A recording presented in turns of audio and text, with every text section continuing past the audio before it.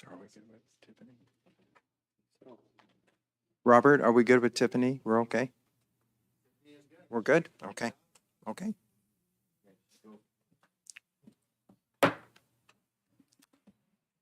Good evening, everyone. Welcome to board meeting tonight. We appreciate your attendance. We'll begin tonight with a reverence by our board vice president, Connie Archibald. Then our flag salute and pledge of allegiance will be by Steve Carlson, our superintendent, and recognitions will be Julie Taylor, a board member. We'll go in that order. Thank you. Our Father in heaven, we're grateful to gather this evening as a school district. We're grateful for the experiences we've had in the last week of meeting with community councils and sensing their diligence and their willingness to do what's right for our wonderful district. We're thankful for our teachers and for the students and for families that do so much to support academic achievement. We're grateful for our leadership team in our district office and all they do and for their efforts to help us to make the changes that will be best for our district. We're thankful for opportunities to learn. We're grateful for the moisture that we're receiving and for the land of which we live, for the freedoms that we enjoy. We're grateful to serve as a Board of Education. And we pray for thy guidance and help tonight as we strive to make the decisions that are best for academic achievement of our youth. And we pray that we might be guided in this direction. We ask you, Father, to bless those in this room, that we can be civil, that we can be thoughtful in our comments and in our communications this night. Again, we are grateful for all that we have and are so thankful to be able to learn and to gain knowledge. And we say this in the name of Jesus Christ. Amen. Amen. Would you please rise and join me in the Pledge of Allegiance? I pledge allegiance to the flag of the United States of America and to the republic for which it stands, one nation, under God, indivisible, with liberty and justice for all.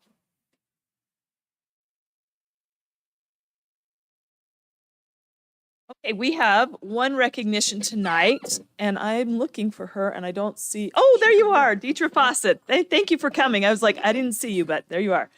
Okay, recently, she is a math teacher at Harris Intermediate, and they participate in math counts. I just have to say, I did math counts in middle school, and now I'm a math teacher. So hey, look at the future math teachers you're doing. I think that's great. So I'm just going to read this letter. Principal David Lee nominated her for this recognition. It says, "We congratulate you and your students for your recent success at the regional math counts competition. Principal David Lee reported that you have been working hard with the Harris Intermediate math team for months to help prepare them for this competition. It is exciting to see the results of that effort. Second place overall as a team and two students who will be continuing on to the state level. We as the Box Elder Board of Education and Box Elder leadership team appreciate your time and dedication. Thank you for being a teacher willing to go above and beyond to help students set and achieve goals. Thank you for spending your personal time investing in students. Thank you for your math knowledge and for giving students the opportunity to use and enjoy it. That's a really big thing, I think. Thank you for being a part of our Box Elder School District family. We, and especially the students at Harris Intermediate, are lucky to have you on our team. We wish you and your students the best of luck in the state competition."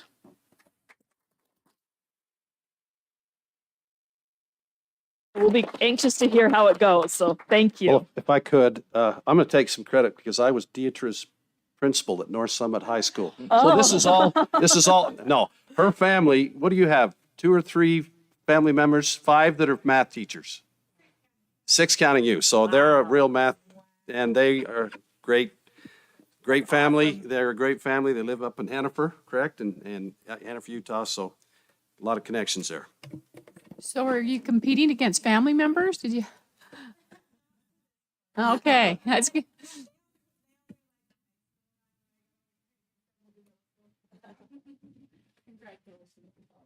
Yes, and Deidre, and I have to say, I have a wife that have worked with you and a daughter, and they both say amazing things about you. So I know you do a super job.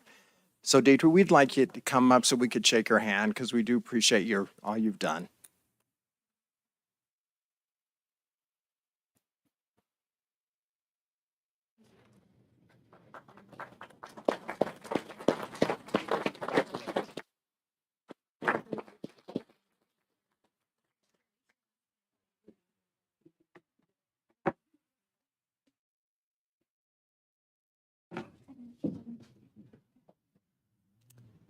Okay, we just need a motion to approve tonight's agenda. So moved. Okay, we have a motion by. I'll second that. Okay, a motion by Karen Cronin and a second by Julie Taylor. All in favor, say aye. Aye. Any opposed? Okay, motion passes. We have an agenda now. For our public comment, we will start now.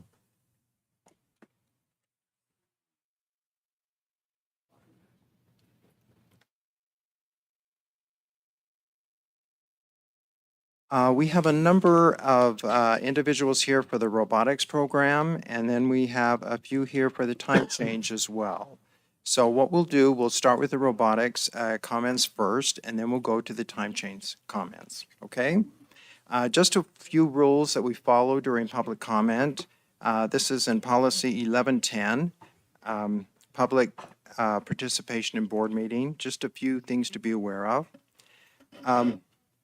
When you come up, we ask that you state your name, your full name, first of all, and that individual comments be 3 minutes. If you're here with a group, that can be extended to 6 minutes for the entire group.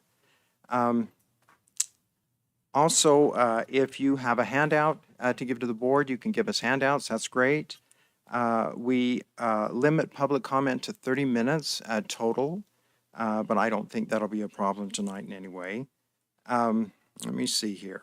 The board will not take any final action on any item unless it is on the board agenda this evening, and then they will. Also, comments on personal issues will not be allowed at public comment. So about a teacher or any employee, those type of things will not be allowed. So we will start, first of all, with our robotics program, and Joshua Thompson is first. Joshua here? Okay. Hi, Joshua. You might have to bring that microphone down a little bit. Okay, great. Thank you. I want to thank the district for their support, the Bear Robotics team. Bear Robotics team has done amazing things for these kids. Where we live, sports are a huge part of life. I love playing basketball, baseball, and football growing up, but sports aren't for everyone. Unfortunately, we don't play sports in our area. Options are pretty limited for our kids. For our son, we spent many years trying to find what would be his thing. We tried basketball, baseball. We even tried another robotics program. Excuse me. But until we found this program, there wasn't much in the way of extracurriculars for him to get excited about. The major difference between this program and the other program we tried was his mentorship, or was the mentorship of Mr. Ritchie and Jeff Jensen. And make no mistake, they are absolutely mentors to these kids. They don't take over. They don't tell them what to do. They teach these kids how to problem solve. They show them how, instead of teaching them what to think, they teach them how to think, how to find creative solutions. They're the reason why every tournament that we go to, a Bear River team brings home at least one trophy every time. I honestly don't think we've gone to one that they didn't. You may have noticed my sweatshirt. I got this when we took my son's team as well as 4 other Bear River teams to the VEX Robotics World Championship in Dallas. My son went from sitting on the couch bored to a state champion to finishing very highly ranked in a competition against over 1,000 teams from all over the world within one school year. This year, his team once again has won the state championship and is returning to the world championship. How many people can say that they have competed in a world championship not once, but twice before even leaving middle school? As you can imagine, this program has done more than we could have ever imagined for my son's confidence. Our kids are learning teamwork and dedication by spending hundreds of hours completely voluntarily working their tails off. No one tells them when they have to be there or for how long. They just love to be there. They learn social skills. Before they show up to a tournament, they don't know who they're going to be working with. Every match it's a complete surprise. And they learn how to strategize and work through problems with teams that they learn each other's strengths and how to work. They learn incredible sportsmanship. In the state championship, my son's team even went as far as lending their spare battery to their opponent in the finals. On top of all these things, they're learning valuable engineering skills that will help them build careers and improve their lives.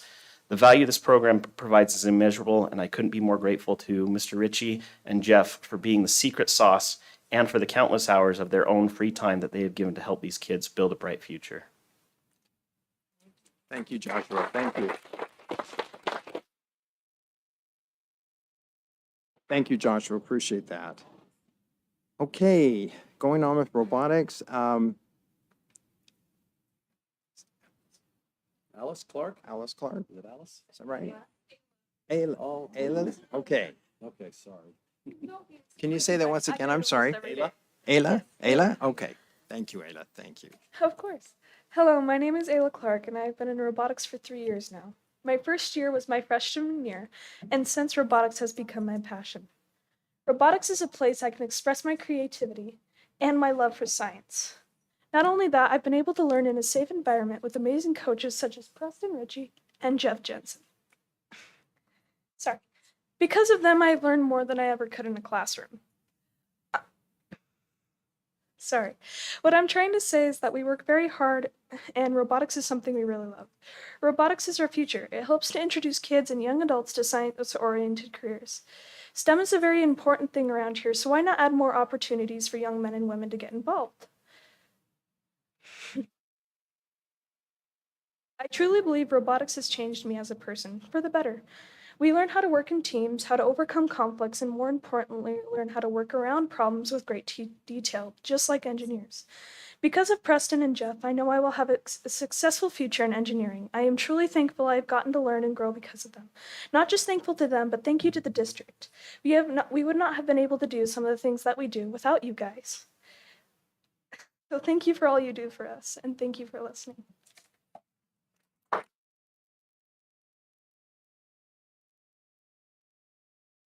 Thank you, Ayla. Thank you. Very nice. Okay, our next one, robotics, is Trayson. Help me with the last name. Wardle. Okay, thank you. Thank you, Trayson.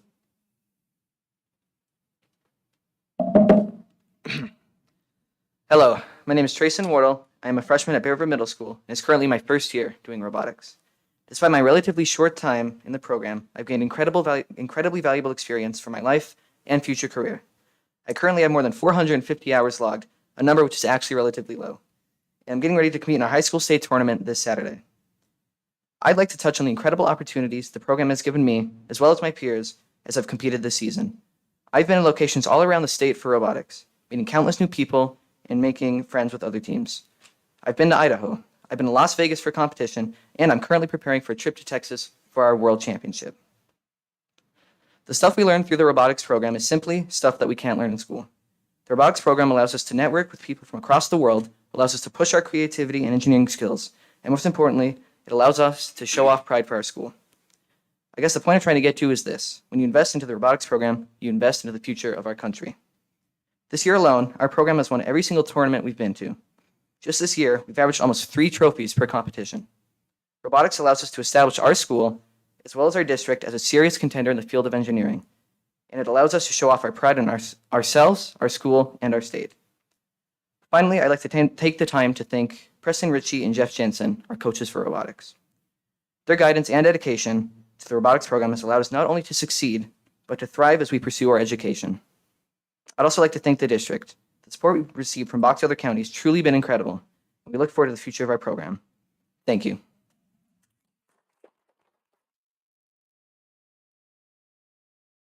Thank you, Trayson. Appreciate that. Thank you. Candace Sano.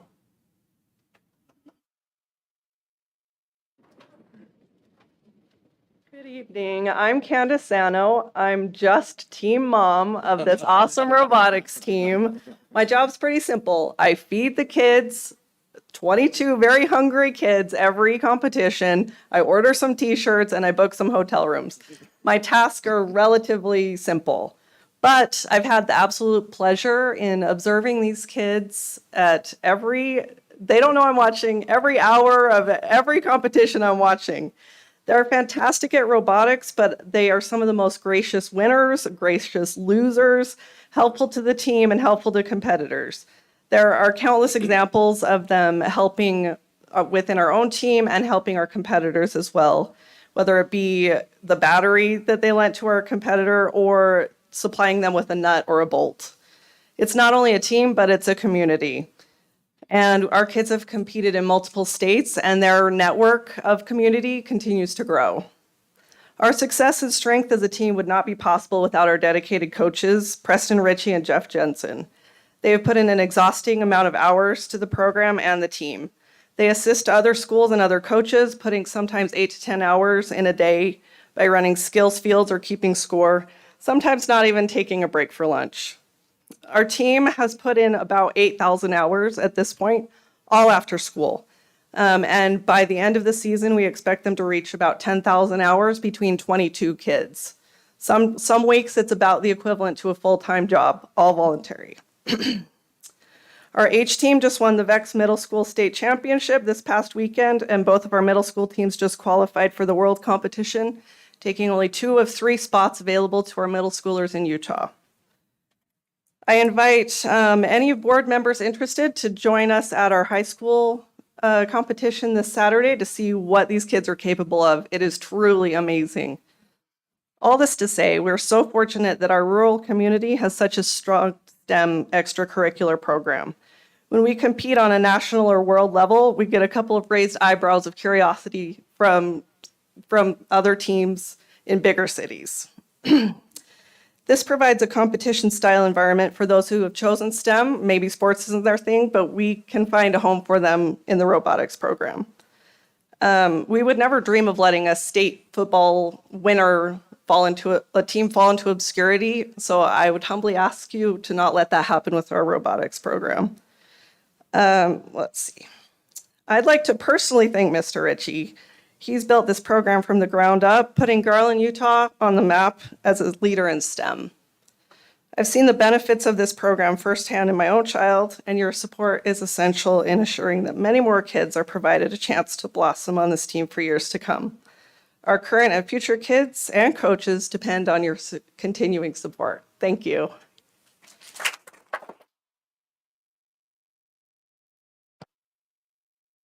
Thank you, Candace. We appreciate that. Thank you so much. Okay, Michelle Jensen.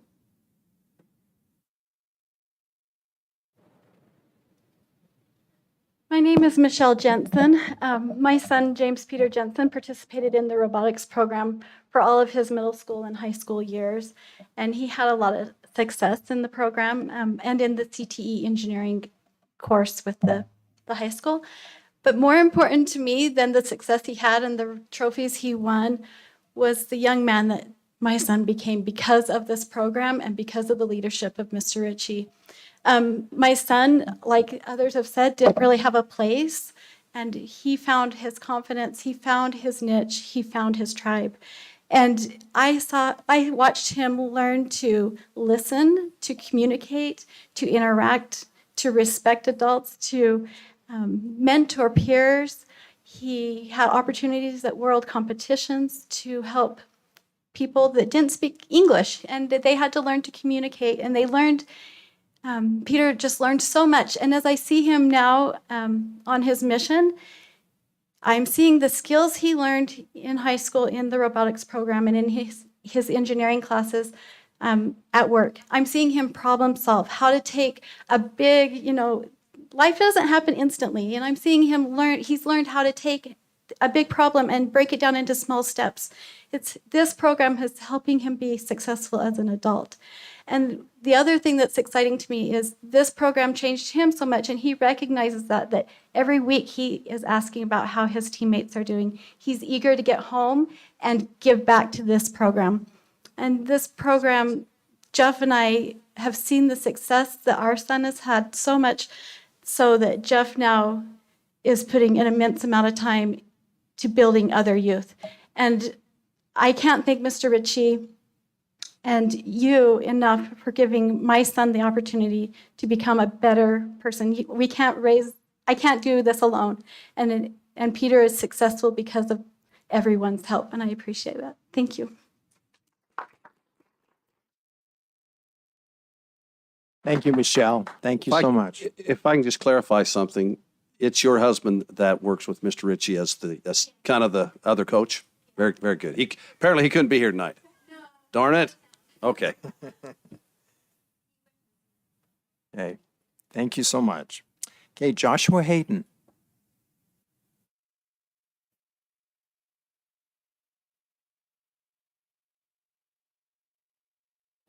Hello, I am Joshua Hayden, and to start off, this is me and my team's first year doing robotics, and we've already learned so much from doing this program. Because of this, we are able to learn incredible things about robotics and the world of engineering. This has been a very fun and including learning experience and has taught us what we can do for future robotics-related careers. Along with this, we have done very well this year, being able to win a tournament and we have already qualified for the World Championship for middle school. Me and my team, we have all enjoyed robotics so much and have committed much of our time putting hundreds of hours into working and improving our robot. We wouldn't be able to do this without our amazing coaches, Preston Ritchie and Jeff Jensen, and I would like to personally thank all of you for letting us be able to have this opportunity to do robotics, and thank you for giving me your time.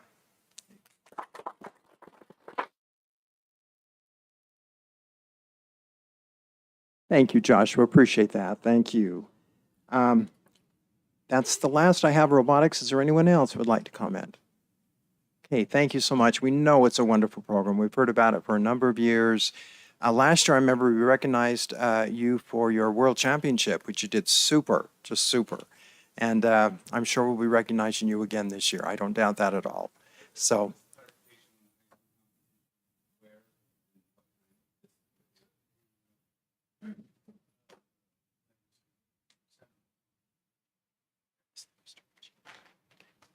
And thank you, Mr. Ritchie, for being here tonight. We appreciate that. Thank you. And thank you all for your support. And we wish you the very best at the World Competition and all your competitions. Thank you. Just a quick side note. I believe it was just last week, Mr. Ritchie. I'm doing a podcast. It's called the BESD Super Scoop, Superintendent Scoop. Anyway, we went out and did a fun podcast out at Bear River High School last week and got to talk about that. That podcast's on the agenda here in a few minutes, but if anybody wants to listen, there's 4 episodes right now. It's BES. You can Google BESD Super Scoop and you can listen to some of and we're going to try to do one at least a week on just all things Box Elder education. Okay, great. Okay, those in the robotics program, you can stay if you'd like. If you'd like to leave now, that's okay. We're going to go now into public comment on our time change. So it's your call. Okay, first one for time change is Tatum Abrams. Is that right?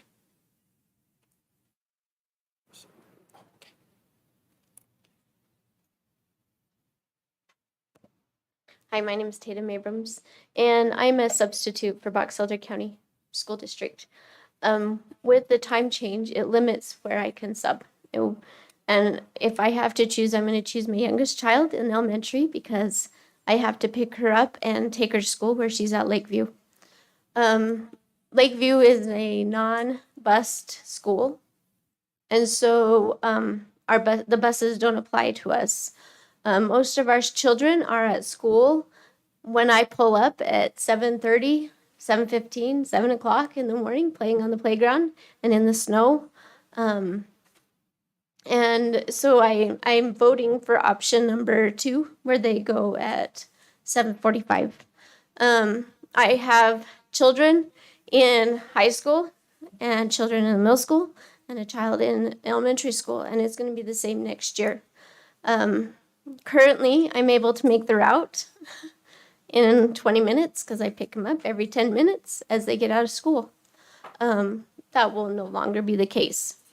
all of them are in sports. They play after school soccer. My son's in the chamber orchestra.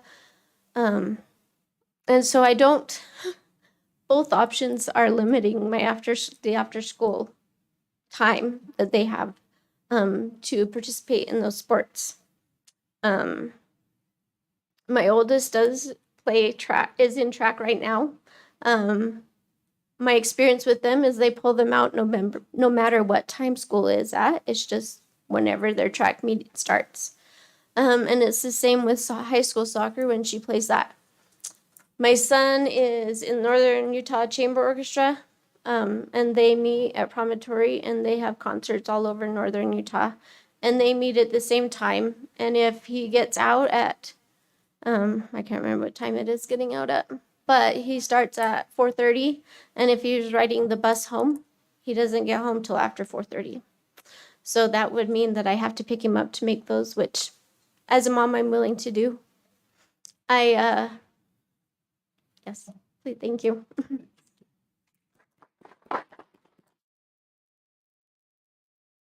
Thank you, Tatum. We appreciate your input. Okay, Matthew Stewart.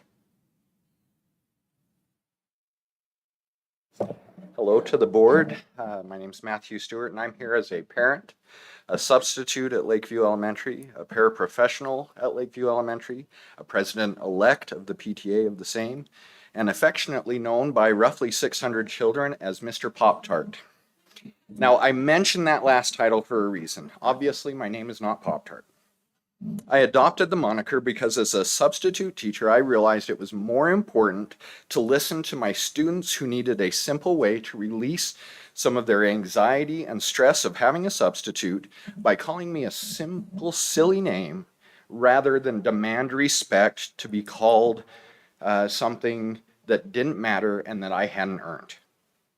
In doing so, I was able to first connect to a single classroom and to now having a student body that I don't interact with on a normal basis, know who I am and respect me without me having to work with them daily.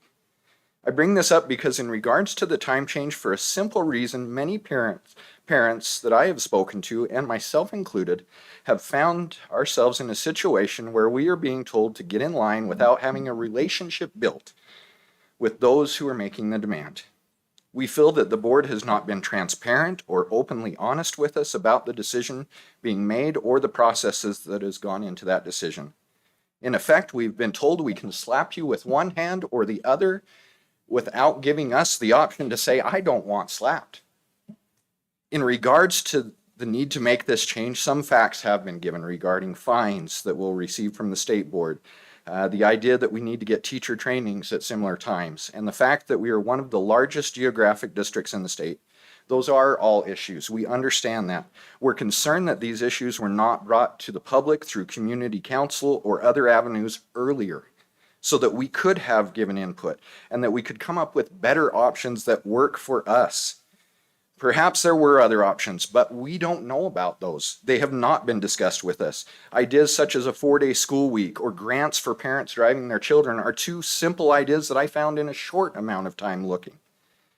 I was dismayed to find at the meeting with the community council that questions were not being taken.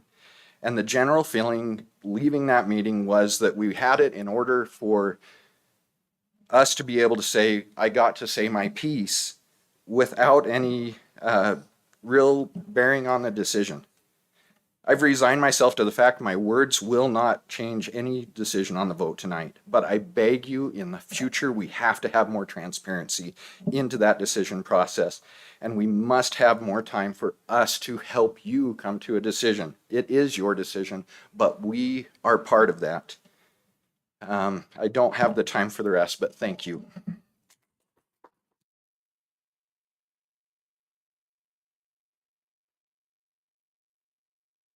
Thank you, Matthew. We appreciate your input. Thank you so much. Okay, Mary Ann Cox.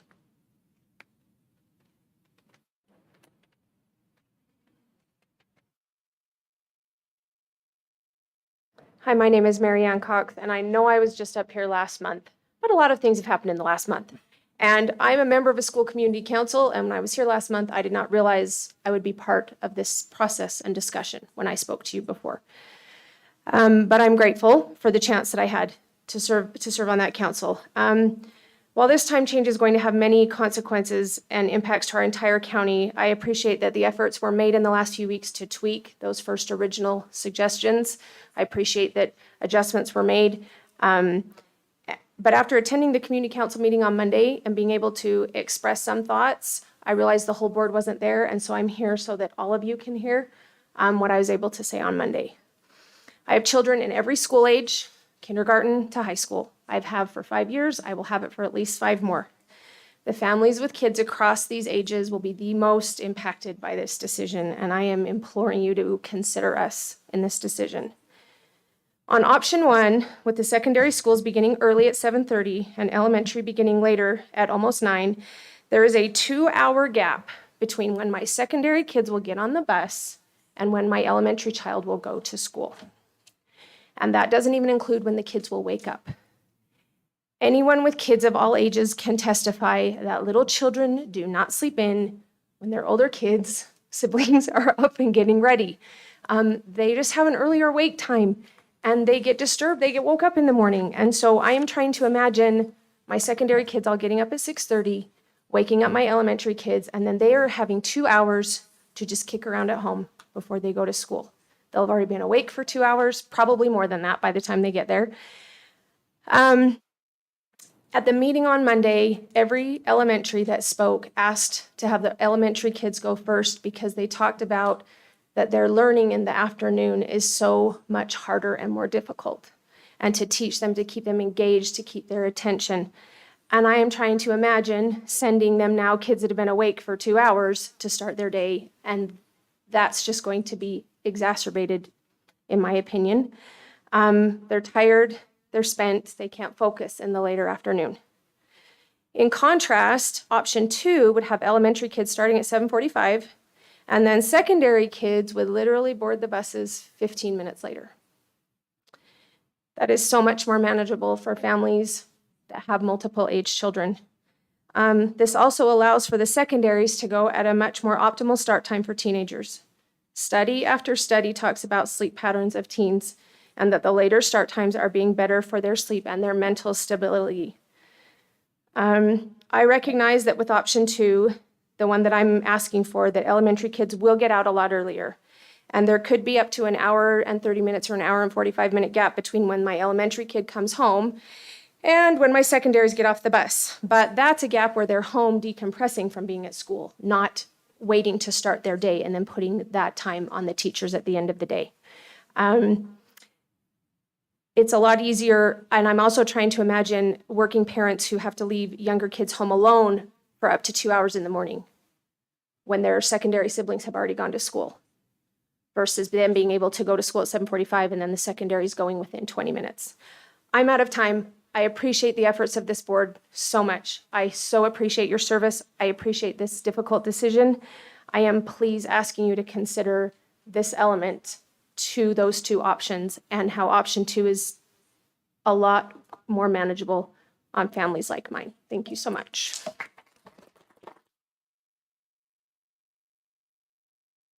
Thanks so much for your input, Mary Ann. We do appreciate it. Thank you. Okay, are there any other time change comments at this time? Okay, would like to come up, and you could just state your first and last name. We'd appreciate that. I am Emily McBride. Okay. And I just wanted to say that I agree with everything that has been said tonight. Next year, I will have kids in 3 different schools. And while I am lucky enough to be a stay-at-home mom most of the time, I know a lot of others don't have that privilege like I do. And so I have heard so many concerned about that time change, especially that later time change. I actually had a conversation with my children this week about the time change to hear their input. They hated the later option in the morning. They are early risers. I know some children aren't, mine are. But I told them the later option and they would be getting home later in the day and how that would cut into other activities that they do, but mostly our family time, which is extremely important to me. And I know so important to other people as well. And I hope that you guys see that. I know you all have families. I know you've all had young children, and some of you still have young children now. That family time is so important to me, and I won't ever get that back. So I hope you take that into consideration.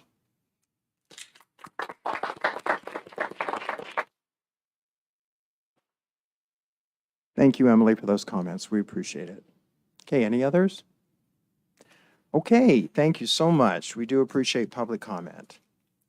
At this time, we will go into our action items, starting first with E1, approval of new school start and end times to allow double busing runs.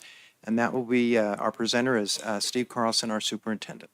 You want to get that up? The survey. Yeah. As you may or may not know, I don't know how many, it's been 2 weeks ago, probably on Friday. This coming Friday will be 2 or 3 weeks. I don't remember the weeks. We sent out an email to all parents in the school district and our employees. And on that email, we had a couple of links. One of them was a link where we had a short PowerPoint that I tried to explain the rationale behind why we felt like we needed to make this change. Currently, as you know, we are basically one running all of our schools. Our bus drivers do one run. They go in the morning, pick up a certain amount of kids and take them wherever they take them. Secondary, either or elementary. And one of the things, a fine's been mentioned. We're not being fined. It's just the state of Utah reimburses your eligible minutes and miles up to 85%. And if you go over that, they just don't give you the money.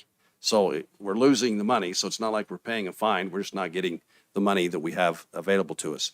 If we can change this double run a little bit, it makes our eligible miles higher. Also, another thing is we have some runs that are an hour and 15 minutes is our top one. And some of our runs are pretty full. We have complaints probably yearly. It's funny how it goes during the year. I've never understood why it's fuller at some times than it is at others. There might be rationale behind that, but whatever time that is, I think probably the high school runs are a little bit more lighter in the at the end of the year because some of them start driving, but I see a head shake in the back, they're not. So that was some of the rationale behind needing to make some changes. Also, last year when Golden Spike started as a new school, we decided to test it out. And as you know, that hasn't gone very well because the time was so dramatic and it was so different than everything else.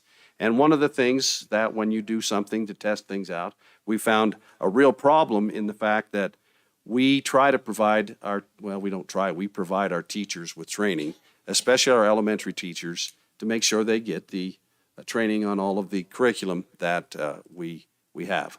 And I think last year we adopted a new curriculum. Was that, Heidi Jo, ELA, language arts. And so in order to have, a consistency across the district to make sure that we're, hitting all the marks, we have to have professional development, and we try to do it across the whole district. Well, not knowing everything that you know until you know it, all of a sudden we realized, oh, wow, Golden Spike's getting out an hour later, so therefore we have to do all of our trainings twice and sometimes even 3 times. And some of those trainings are coming from the state, even the state office of education. Sometimes it's the private vendors, and it's cost us more money for that training. And so we felt like we really needed to try to get Golden Spike in line with everything else. Now, it was stated early on that Golden Spike, I believe, is saving us about 5 drivers, the fact that we double run. Okay, and they basically collect whoever they collect, take them to the 3 secondary schools, intermediate, middle, and high, turn around and run back and get them. And probably one of the biggest areas they have to get them from is over in Manaway. Is that correct? And there is some on the other side of 200 South. Yes, got backwards for just a second there. And so it really gave us a good flavor for what we felt like we needed to do. So from there, and the amount of money that we've been told that, and we were held harmless this year because us, Tooele, Millard, and San Juan school districts were all found to be having the same problem. And if you know the geography of the state of Utah, those are, I believe, the four biggest in the state geographically. And we have to travel the most miles, and we have the long runs. So with that, we just decided to go to work and see what this double running would do. Now, once again, we're having trouble getting bus drivers. And right now, our staff at the transportation department, our secretarial staff, our route coordinators, our mechanics, they're called on pretty regular to be out doing runs.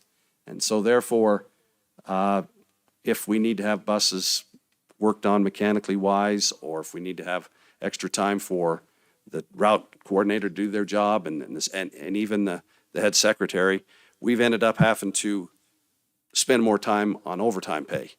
And so it's ended up being that it's costing us even more in our transportation department of non-eligible miles and minutes. So therefore, it's just compounding itself. So with that, that's why we came forward with the proposal to find a way to double run our runs. Right now, when a bus driver only has one run, he gets less than usually 25 hours if you count up the morning and the afternoon. He or she, I'm sorry, I said he or she. And that allows, I apologize, just an FYI, my dad was a bus driver for 17 years when I was a kid, so I've heard this for my whole life on different things. And he was never, the next thing I'm going to mention, with being less than 25 hours, we are not able to give benefits to our bus drivers. And those benefits being health insurance, just by our basic policy. Also, they cannot qualify for the Utah retirement system. And that's not our call. You have to get at least 29 hours, I believe 30 hours to, is 30 the kicker? Right at 30, they then qualify for the Utah retirement system. And that's really quite a substantial thing that many educators really, that's one of the prime reasons to be an educator is that Utah retirement system. If you last long enough, 30 years if you were hired before 2011, and 35 years if you're hired after 2011. You can end up with a nice pension at the end of your career. So if we double run now, our bus drivers will be getting 30, 35 hours, somewhere in that range. We will have fewer bus drivers. That will take us some time to get there. And every year, I would guess we have from 10 bus drivers that leave us because they've just decided they're too old to drive anymore.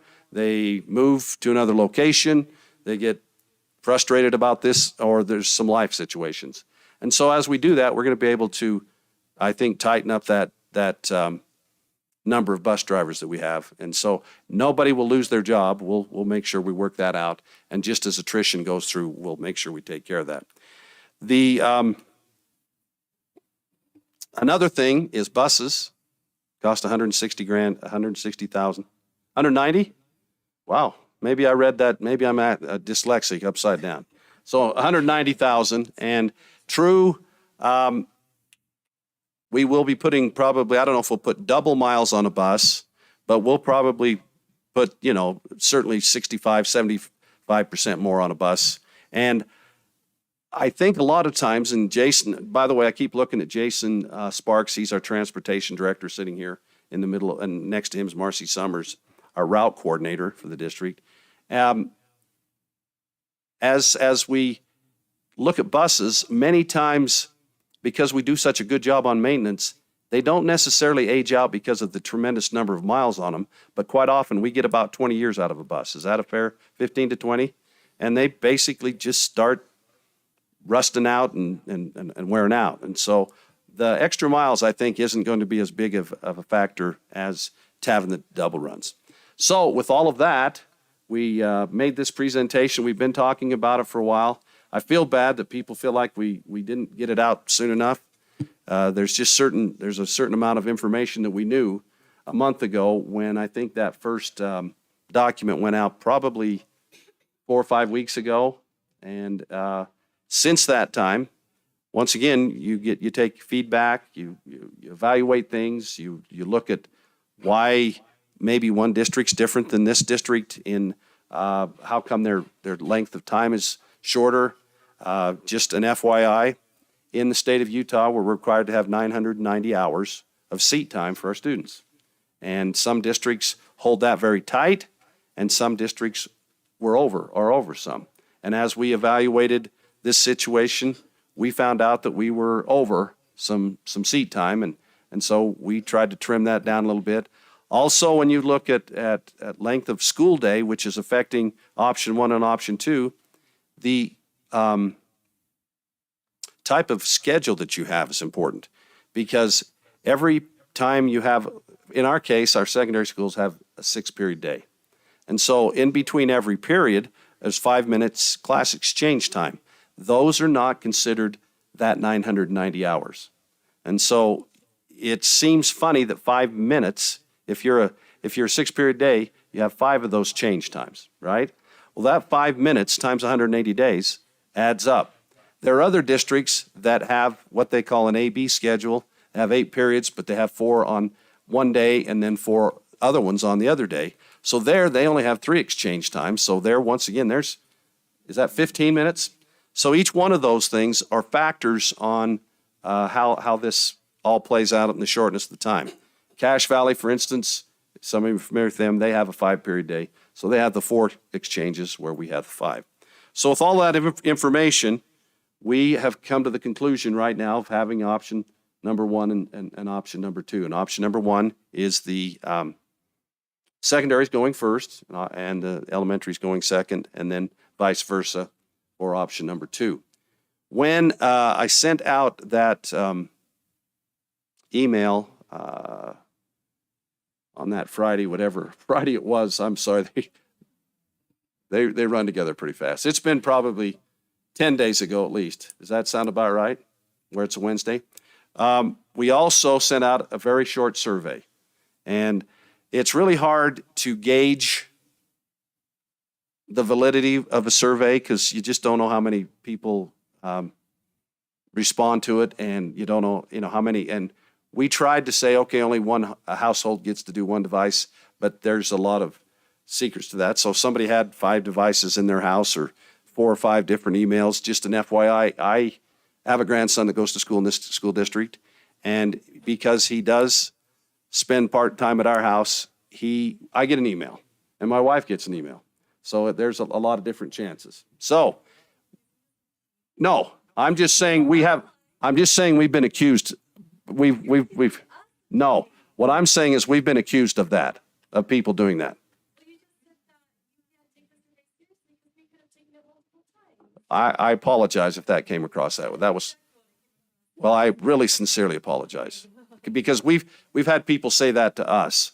I think it's fairly legit because I don't know anybody that really has enough time to do it 4 or 5 times. So I apologize sincerely. Okay. So with that, we've got that short survey. The survey that we sent out. So Keith has that over there. So first of all, start and end times. So these are just the types of individuals that took the survey. You could choose multiple spots. So a couple of the folks that have talked that said, I have kids in multiple schools. You're part of all those. So don't add them up to try to get 100, because that's not going to work, right? But anyway, it does give you, we had 32% were employees. We had 57% were elementary parents, 32.5, 31.9, 34.5 respectively. And again, you could be in multiple categories, but just to give you a little flavor of what that looks like, okay? When you look at the results of the survey, overall, there were 3,266 people that voted. Again, the makeup being what we just showed. Option 1, had the most votes at 59.1 to option 2, 40.9, district-wide with the groups that we just showed. Some other breakdown type things that might interest you. Employees with no students currently in our system. Doesn't mean that they don't have children in Logan or Cache or Ogden, but they don't have kids in our. So this is just our employees with no students in the system. Option 1, 51.9. Option 2, 48.1. So our employees were pretty tight, okay? Employees with students in the district. Option 1, 54.4. Option 2, 45.6. Again, with employees with students in the district. This chart is parents with 6th through 12th grade students only. So they're just intermediate, middle, and high school. 54.6 for option 1, option 2, 45.4. This is parents with elementary kids only. Option 1, 65.1, option 2, 34.9. Parents of elementary kids only. This is parents with children at both levels, elementary and secondary. Option 1, 60.4, option 2, 39.6. And again, overall, 59.1 to 40.9.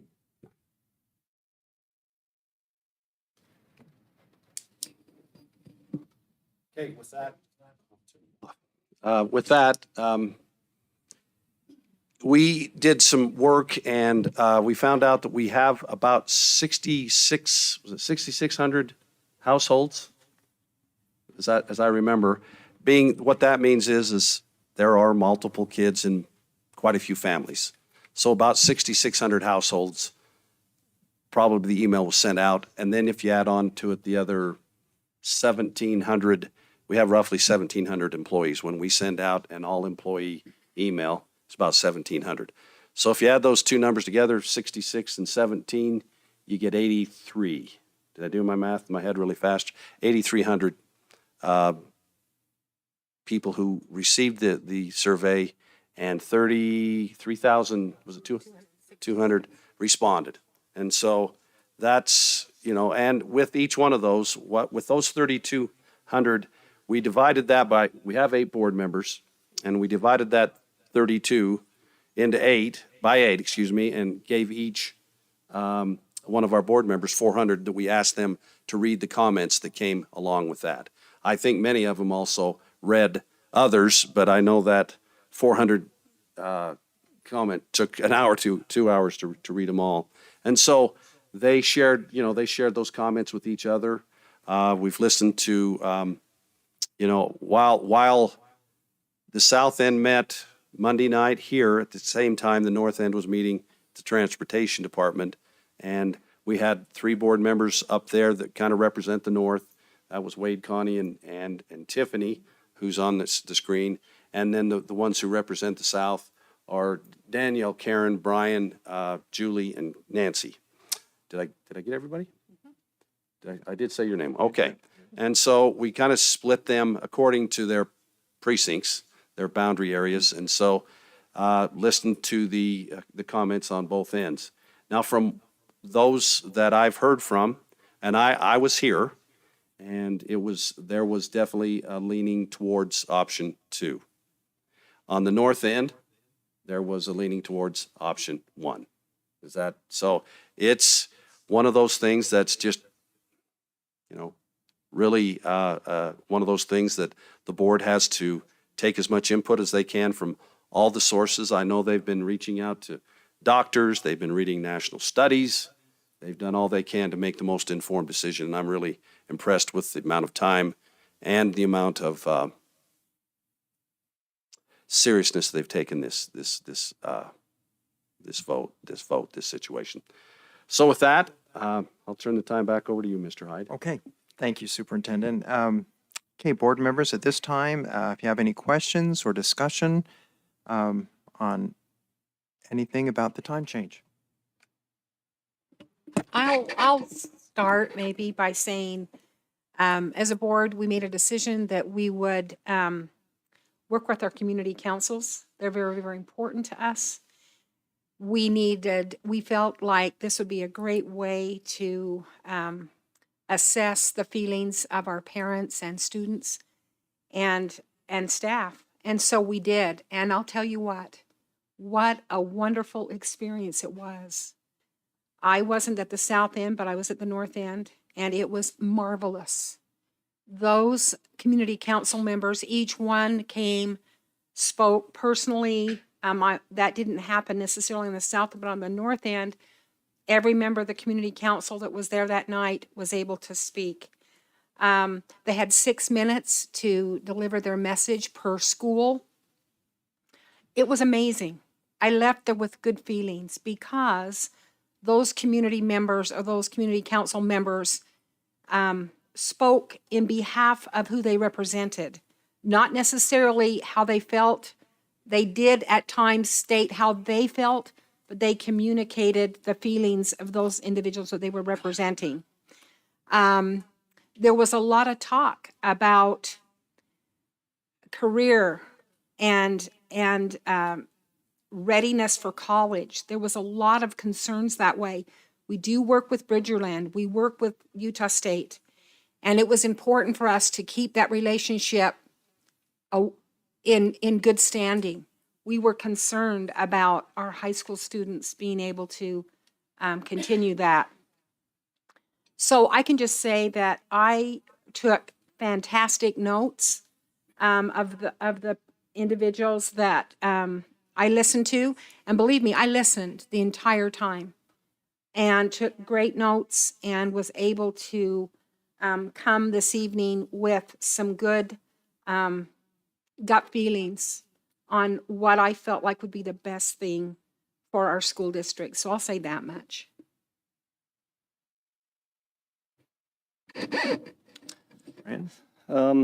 In 2020, the Utah State Legislature passed Resolution HCR 3 that encourages school districts to consider later start times for high schools because of the evidence, the research that indicates benefits for high schoolers to have a later start time. The American Academy of Pediatrics recommends middle and high school start at 8:30 or later because of the research that shows that high schoolers do better if they start later.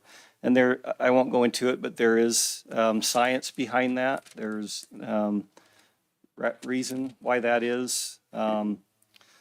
National Education Association found in a study that grades increased 4.5% with later start times. Psychology Today said the body of research studies supporting later start times is substantial for high school. I'm also concerned that we have elementary children that are now with the current start time for elementary, for our elementaries, they're already at the school before school starts. And so they're having to be out on the playground waiting for the doors to open. Now starting with option 1 at 9 o'clock, that's just going to make that challenge more difficult. So I'm very concerned about option 1 for those reasons. And I think we really need to consider the evidence, the science, and what the research says.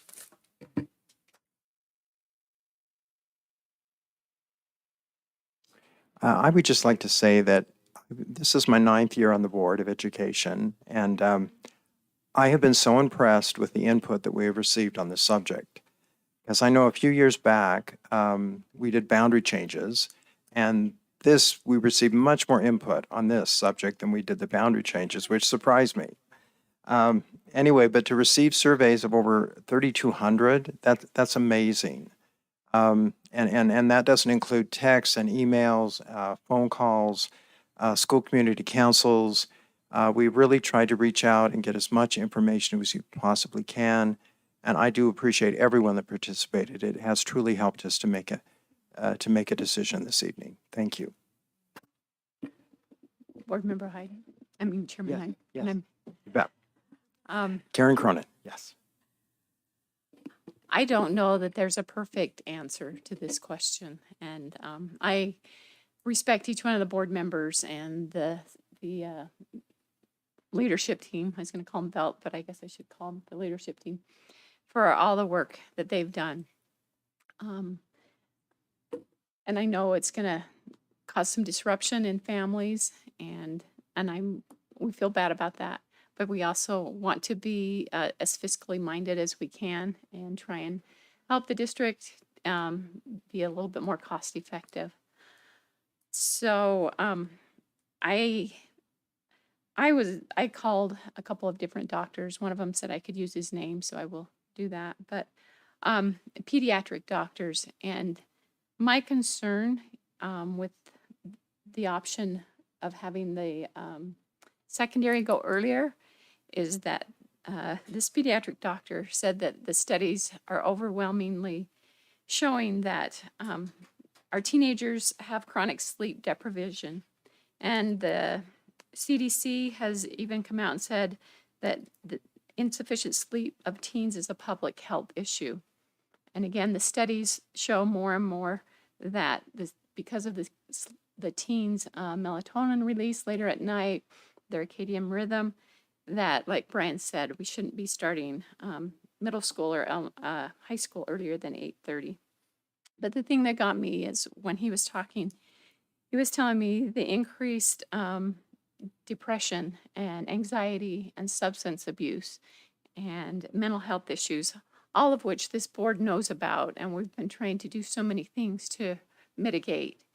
And so I think that the science helps us to see that those are not in our students' best interests with safety. And as Brian pointed out, there is a slight, or a modest increase academics. And the board's always said that we make our decisions based on best practices. And in all the searches I've done and the talking with the professionals, there is no best practice that would go for starting the secondary earlier, the option one.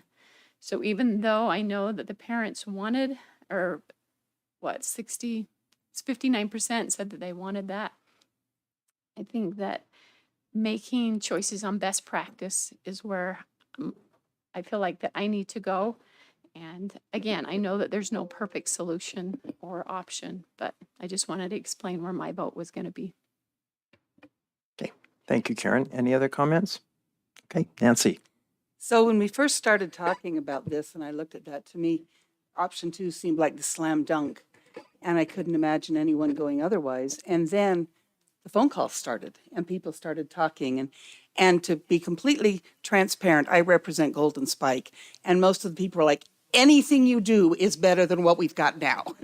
So everybody that caught me in the church and halls and everything, they were like, we don't care, but it's got to be better.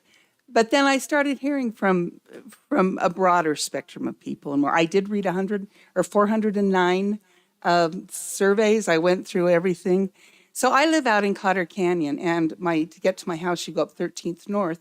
And so we had kids walking to Foothill Elementary that would go down to Main Street, and without a sidewalk, were walking to Foothill. And if you're familiar with that, there's the Eagles Lodge there that has a big parking lot. But after that, it's just dirt and mud, and there is no sidewalk for these kids to go around. I am so concerned about small children walking in the dark. Daylight savings time starts Sunday. And as we are concerned about that, and as I looked and as I talked to families saying, I'm sending my kids out on the road. And one mom said, I even bought reflective vests to get them through the first couple of weeks last year. To me, this is a real concern. I had several people call, and I didn't realize the extent of this, that they've got children that are working to help support their families. This is Box Elder County. You would think we're kind of beyond that, but Deetra's back here shaking her head. But we've got kids that that need that extra time to help support their families. And as I read through and the people that contacted me, the people that I talked with, came in with option one. And Jamie Kent, the principal at Box Elder, sent a survey. She said she feels like the high school kids have been left out of this. As we've talked to parents and educators and to different people, the high school kids themselves have been left out. And she was saying what terrific, marvelous kids we have. And I agree wholeheartedly. We've got amazing kids. And the vast majority want that option one because it gives them the chance to have some family time, gives them the chance to be able to do their homework and be involved in some other things. And I know we're about academics, but we also educate the whole child. And we've got children that are involved. The robotics team here is a wonderful example of things that can be done. And I know they meet early in the mornings and they do a lot of work, but they're also working late at nights. And these kids, we need to help families. And it's been great. And I really appreciated the meeting on Monday night to hear from the different community councils of what they've talked with and struggled with. And I really appreciate the opportunity to represent the people that elected me and that I serve here. So thank you. Thank you, Nancy. Any other comments? Okay, Julie. I just want to say, one of my concerns, and I've thought about that with elementary. I have kids at all levels, and my kids go to Lakeview. And I feel like Lakeview is kind of like we're in a no-win situation because we don't bus, so why do we have to do it? And I understand that. I understand that completely. One of the things I don't know has been, and superintendent mentioned it, but like teacher professional development and working together as teams is critical. And this isn't just like a one-off, like, oh, we got a new curriculum this year and we have to do this year. No, this happens frequently because as teachers are professionals and they are continually learning and doing better at their jobs and they're using best practices to teach those children, and they have to learn how to do that. I don't know how many of you taught through the pandemic or were doing that, and we found out teachers really do something. It's not just, okay, we just throw it together. There is a science behind teaching, and it is a professional job, and they're trained to do that. And in order to do that, we have got to get our start and end times consistent and the same. And so even though Lakeview is a non-busing school, and I live within, my kids are non-busing to anywhere we go. Middle school, high school, ACYI, Lakeview. I mean, I'm driving carpool. Like I do my own little bus route, and I've got 5 kids in one and 6 kids in another. And I mean, it's not easy. And I'm grateful that I have a position where I can do that. I'm able to stay home and work from home, and I can get kids where they need to be. And so I know that it's a strain and it's difficult for families, but we just, as we're looking at these things, we want to do what is best for our children. And I've got teenagers, and they come home, and I asked their friends, and they all want to start early. They want to get going with life. But I think there's others that don't. And I know that as a district that we've discussed this already, that regardless of which option we choose, we are going to work to make online or other ways that students can maybe get extra sleep in the morning and take a class later on the day. We're working on outside of Brian's the best one at this. He's like, let's think outside the box. He's like, we can't just stay in our, like, we're doing education the same way we did in the 1800s. We can't do that. And we need to make things available. But when we come back down to it, we truly care about the safety of our children, the academics, and the whole child.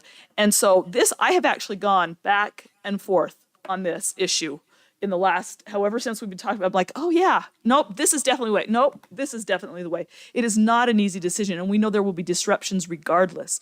But we also know that we have amazing community, and we have and kids getting dropped off early. Wade was a principal, and one of the things he mentioned, he says, that's been happening forever. And we do what we can, and we have conversations, and we make people available, and we do what we can to fill in those gaps where parents can't. And we are committed to doing that. And I echo what Karen said as well. There really is not a right answer, I don't think. And so regardless of how this goes, I just want you to know that we have taken this seriously, and we have listened to your concerns, and we will do what we can to fill the gaps of where we're missing for whichever schedule we choose.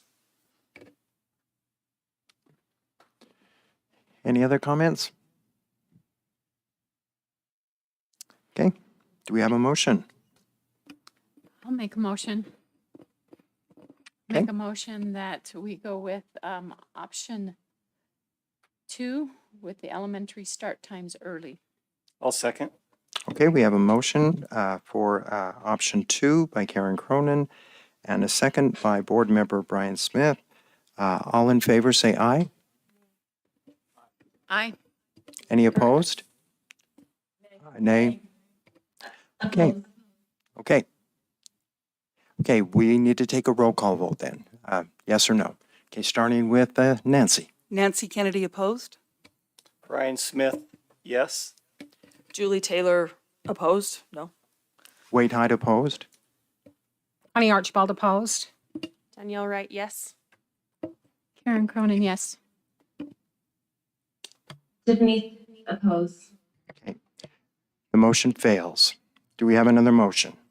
I'll make a motion that we accept and adopt option number 1.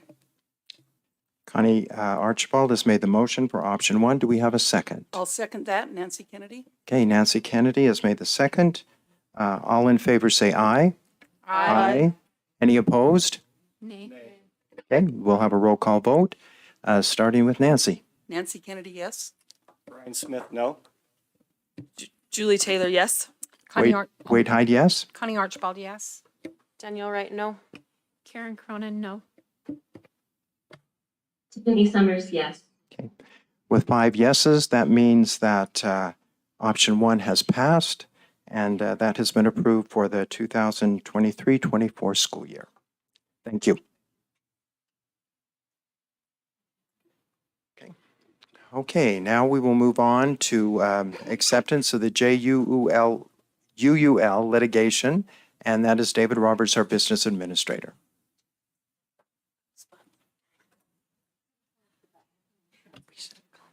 To be honest with you, I don't know what the acronym stands for, but it's everybody pronounces it Jewel. Jewel. Joel, I wasn't sure if don't know it if Jewel or I don't- JUL, so. I think it is. Yeah, it's a, Okay, so Jewel, just give okay. you a little bit of history.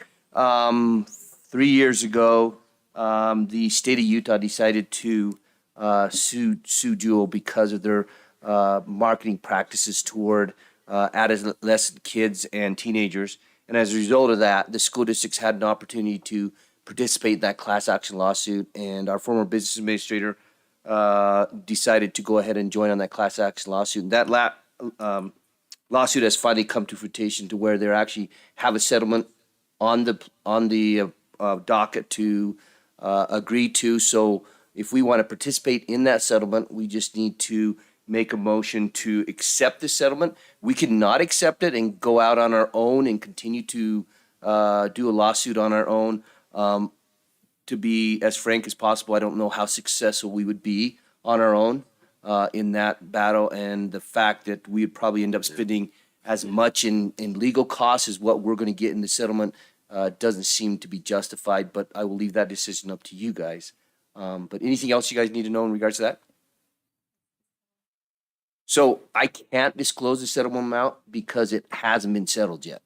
Because we have to, basically all the parties that are in the class action lawsuit have to consent and sign this. And once they do, then they can determine the amounts depending on how many people have then decided to consent to the settlement in that process. But I would just say 6 digits would be fair to say, and any bonus litigation probably could end up being in 5 digits. Oh, just a reminder, Dave did say that Rod had joined in on this lawsuit, and it was only after the board had taken a vote. That's correct. To join in. Yeah, And you so- guys, you guys Yep. passed a motion to have him participate. Okay, any discussion? One other question. if Oh, I may. okay, Karen? Did we have to put forth any money to participate? No, Okay. no funds. No funds were required on our end. I also have a question. Oh, yes, Nancy, sorry. So if and when this money comes in, does it have to be targeted to a specific department? I see not. Great question, It has Nancy. to No, go there's no strings specifically to- attached to this money. But it's not. Jumping into what we want to do as part of our safe school, and supporting of kids in education. So when you said, are we going to have plans, I was thinking, I have plans. I didn't finish mine. So Keith hasn't asked me though, and I'm the keeper of the purse string, so. But anyway, that would, I think, be a good focus. Required to go to a specific smoking abatement program or Nope. something like that. But I think Keith's recommendation would be a great place to utilize that, since that's the reason we're receiving the settlement is because of that. That was good. Well, I think Gary was putting his hand up. Go ahead, Gary. I think Gary, I yes. know. I think I know what he's going to say. So I just was going to say that Rod and I worked on this, and part of the request for information from the attorneys centers specifically on our safe school violations, our alcohol, our vaping. It was specifically addressed the vaping issues. It was a fairly lengthy document that we submitted to the attorney. So in our conversations, if that's the information that we submitted to help win the case, there were thoughts that we would send that back to help with Litigation. and that would help us with interventions for those students involved in that we see in our safe schools. because we do have some employees right now that are on different grants, and we feel like this would help us a lot. There's stop the vape. There's smoking cessation. There's just a lot of programs out there that we would teach the kids ourselves. So we do think we'd really like to put that money. And even though he can't say the number, I'm not going to lie, when the board approved to join the litigation 3 years ago, I never thought we'd ever see hardly any money, but let alone as much as the rough numbers that we've been talking about. It really surprises me when you talk about, even though it's a big number, there's a lot of districts across the state that are going to get some of this money. So it is, I think it's pretty substantial. Okay, any other comments? Chairman, Yes. I'd like to make a motion. Okay. Did you You have a bet. comment? Karen Cronin has made the motion. Oh, I move the board accept the government entity settlement offer from JUUL Labs to resolve its government entity claims against the JLI Incorporated. I'll second that motion. okay, Karen Cronin has made the motion and Connie Archibald the second. All in favor say aye. Aye. Any opposed? Okay, motion passes. Thank you. So we'll go on to approval of negotiations team. Keith Meekum. Yes, I'll be quick here. Every spring, we have the opportunity to sit down with our, thank you, Heidi Jo, our BEA, which is our certificated teacher negotiation team, as well as our BESPA, which stands for Box Elder Educational Support Association, Professional Association. And we get to meet with them. The reason why there's so many is there's so many representatives in that particular group, with secretaries, child nutrition, facilities, transportation, paras, I think I got everybody, custodial, I think, anyway. So, but these are the people that we have. Many of them are the same as last year. There are a handful on both teams that are different, but we plan on getting together in late April, early May, as soon as the money comes in terms of what impact it has on our district and what would be available. And we're excited to do this. We did something last year, just a little maybe information. We decided to do it all in one day instead of 2 hours for 5 nights for BEA and 2 hours for 5 nights for BESPA. And everybody really liked it. And with BESPA, we were done around noon. And with BEA, I think it was 2 o'clock. But we had a great discussion, and it worked out really well. And I've heard from both groups that they like it. So we're waiting till May, but we would like to just get this approved so that as we get a little closer, we can make plans and go for it. So I would ask for your approval of the 23-24 negotiation team as stated. Have any discussion? President Hyde, I'll make a motion this evening that we approve the negotiations team as listed in front of us. Okay, Connie Archibald has made the motion. Do we have a second? I'll second that. Okay, Julie Taylor has made the second. All in favor say aye. Aye. Any opposed? Okay, motion passes. Okay, we're moving on to approval of new course DLI 6 and Jeremy Young, our assessment director. So this is just approval for a course for DLI this month from the state.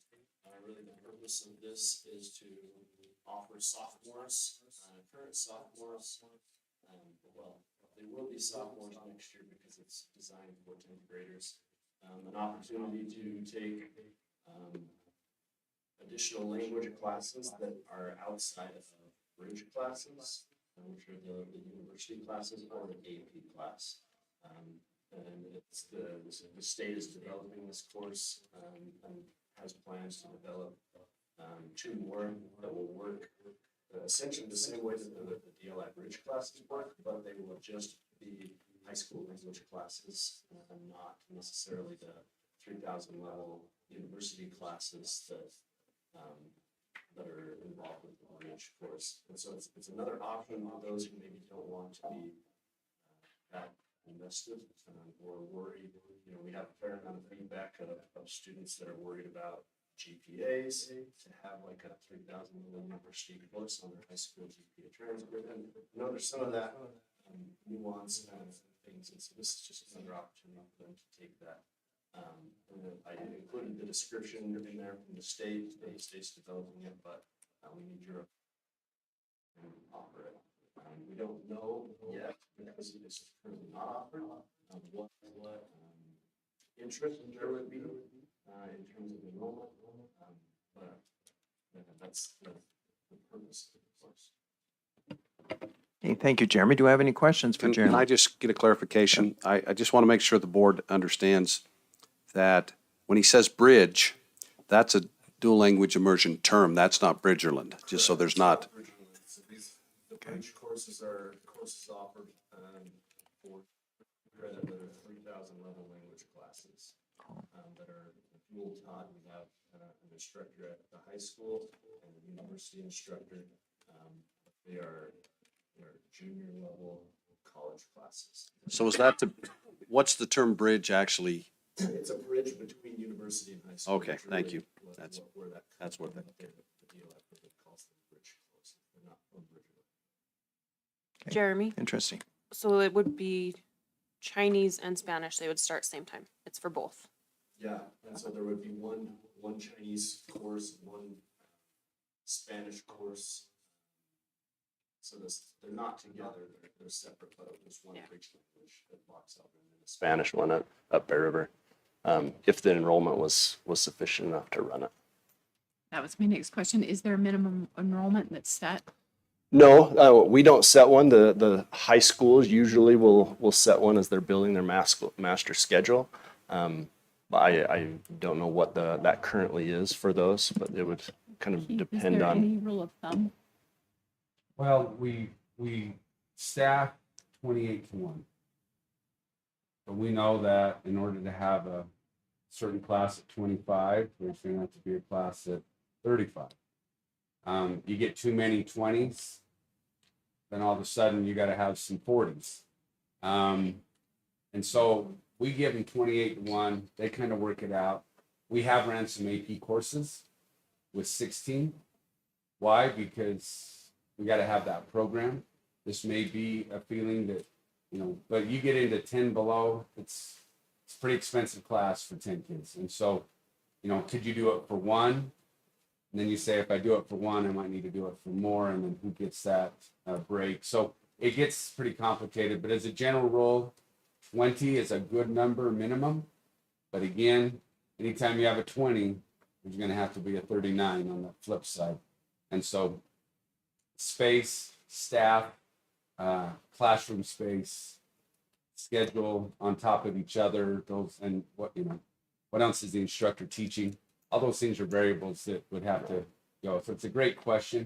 And certainly if we have several kids that are involved in this that don't want to take the bridge, be worth running it, that it'd be a choice by the administration. Yeah, and it's difficult to tell right now just because the bridge courses are all that we've offered. And so we don't know how many students who are enrolled in the bridge courses might be interested in this as a result and what that would look like. Also, the first year that we offer it, it may be lower numbers or if we're just offering it to those sophomores. But the way it's described is even though it'll be 6, 7, and 8, we'll run it like we run the bridge courses and just have one. So 1 year we'll run a 6, 1 year we'll run a 7, 1 year we'll run an 8, and anyone who has taken up through 5 can take that. And so we may not have enough sophomores the first year to offer it, but the second year we could have sophomores and juniors enough to have the class.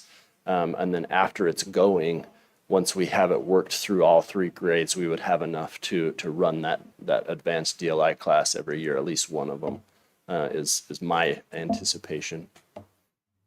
But in the recommendation, it does say no financial implication and no additional FTE, so.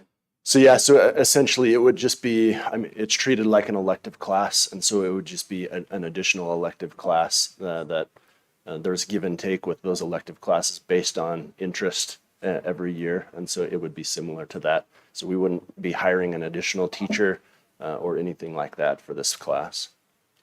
How many years have we run the bridge classes? Our oldest cohort is our seniors right now, and so this is our 3rd year of bridge for Spanish at Box Elder. Yeah, so this is our 3rd year for bridge. So is this class being requested, or are we doing this thinking there's a gap? I think statewide there's been some requests from here. Not necessarily a request, but there's been interest in something else other than the bridge courses. And the primary reason that I hear is what I mentioned of students who are reluctant to give up on their involvement in DLI, but who are also don't like how a 3,000 level university course could or does impact their GPA. Is this a 1 trimester class, or is this all? I believe it's 2. 2 out of 3. And so sophomores taking a bridge right now, is bridge, just to understand, is bridge the same sophomore, junior, senior? They take it and they're done?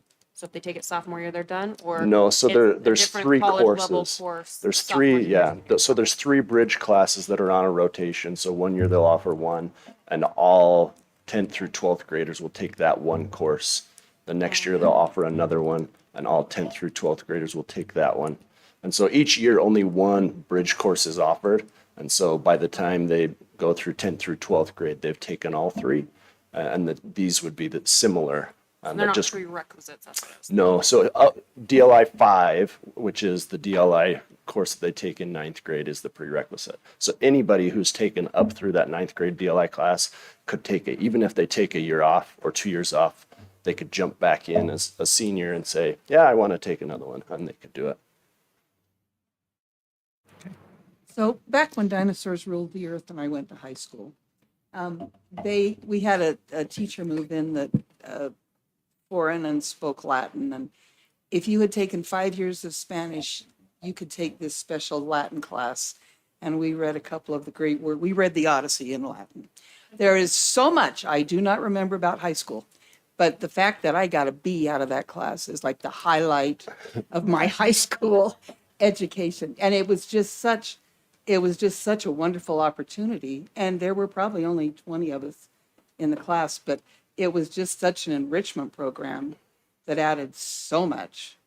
Anyway, I just think anytime we can give these kids that have worked so hard to get to this point the chance to go beyond and really prove themselves is just a great opportunity.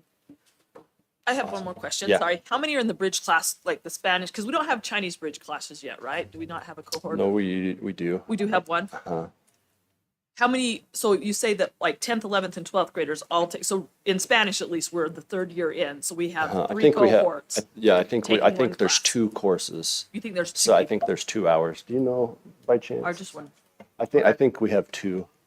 So So 2 in Spanish and one in Chinese. Yeah. I'm just for our thinking bridge numbers courses wise, and instructors. How many of those could?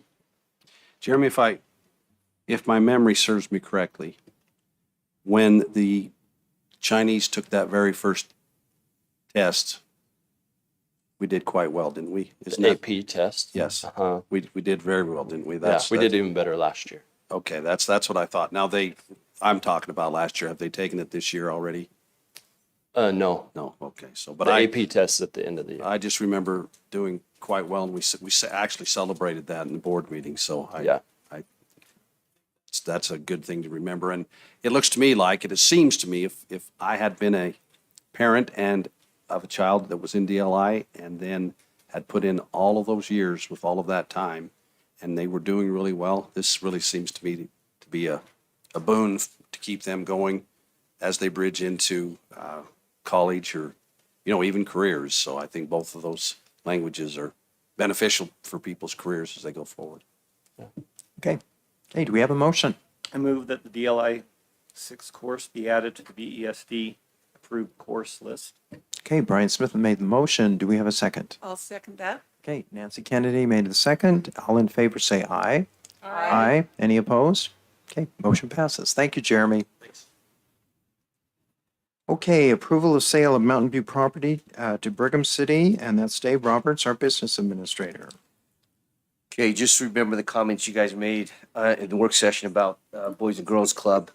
If you guys wanted to add a stipulation in this recommendation that they get into every elementary school, I'm more than willing to accept that change in recommendation. But anyway, just kidding. But basically, this has been a process that's been ongoing since the school came into surplus. I did confirm with Brigham City that nothing had changed since our last negotiation and since the city council actually voted on it in February. And so they're good to go. They're actually drafting up a real estate agreement right now as we speak with their former city administrator, I think, no, the one before him.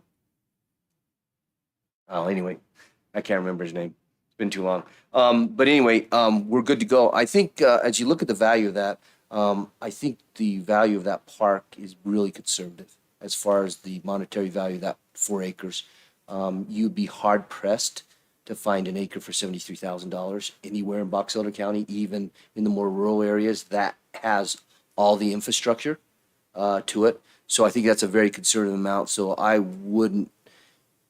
think you'd be safer to say that that property probably would be valued on an open market more close to $150,000 an acre if you used to turn around and sell that. So I think that's a conservative value that we put on that exchange of that property. But anyway, Brigham City did want me to relay to you guys as a board. Thank you for being open to having conversations with them and talking to them. They felt like this was a very positive process in this exchange, and they felt like the working relationship between the city and the school district is only going forward in a better way. So they were very grateful for your guys' input and the level of attention to their need and what they'd like to do with it as we went forward. So anyway, just to let you guys know that they were very positive about how you guys handled this. Any other questions? Well, just an addition, at the Chamber of Commerce banquet, Scott Sandville announced that they had come up with $7 million for that project. So that's going to be a good addition to the county. Okay, do we have a motion? I move that the board approve the final offer and sale of Mountain View Elementary School and the acquisition of Davis Park for a sales transaction amount of $1,222,700 to Brigham City Corporation. Julie Taylor has made the motion. Do we have a second? I second. Okay. Danielle Wright has made the second. All in favor say aye. Aye. Any opposed? Okay, motion passes. Okay, thank you, Dave. Appreciate that. Now we'll go on to our information items, our Super Scoop podcast. Superintendent Carlson. Keith, if you could please go to Google. There's a variety of ways to get on, but for everybody, this is the most simple way to go, and just type in BESD Super Scoop.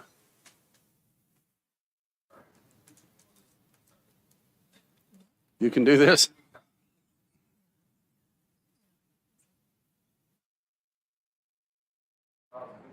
Super Scoop, SCOOP, Super Space Scoop, so. And right there. So, yeah, I don't know, that must be the B. Anyway, it's such a hot item. Anyway, right now, you can see the emblem off to the side. I don't know what, right there.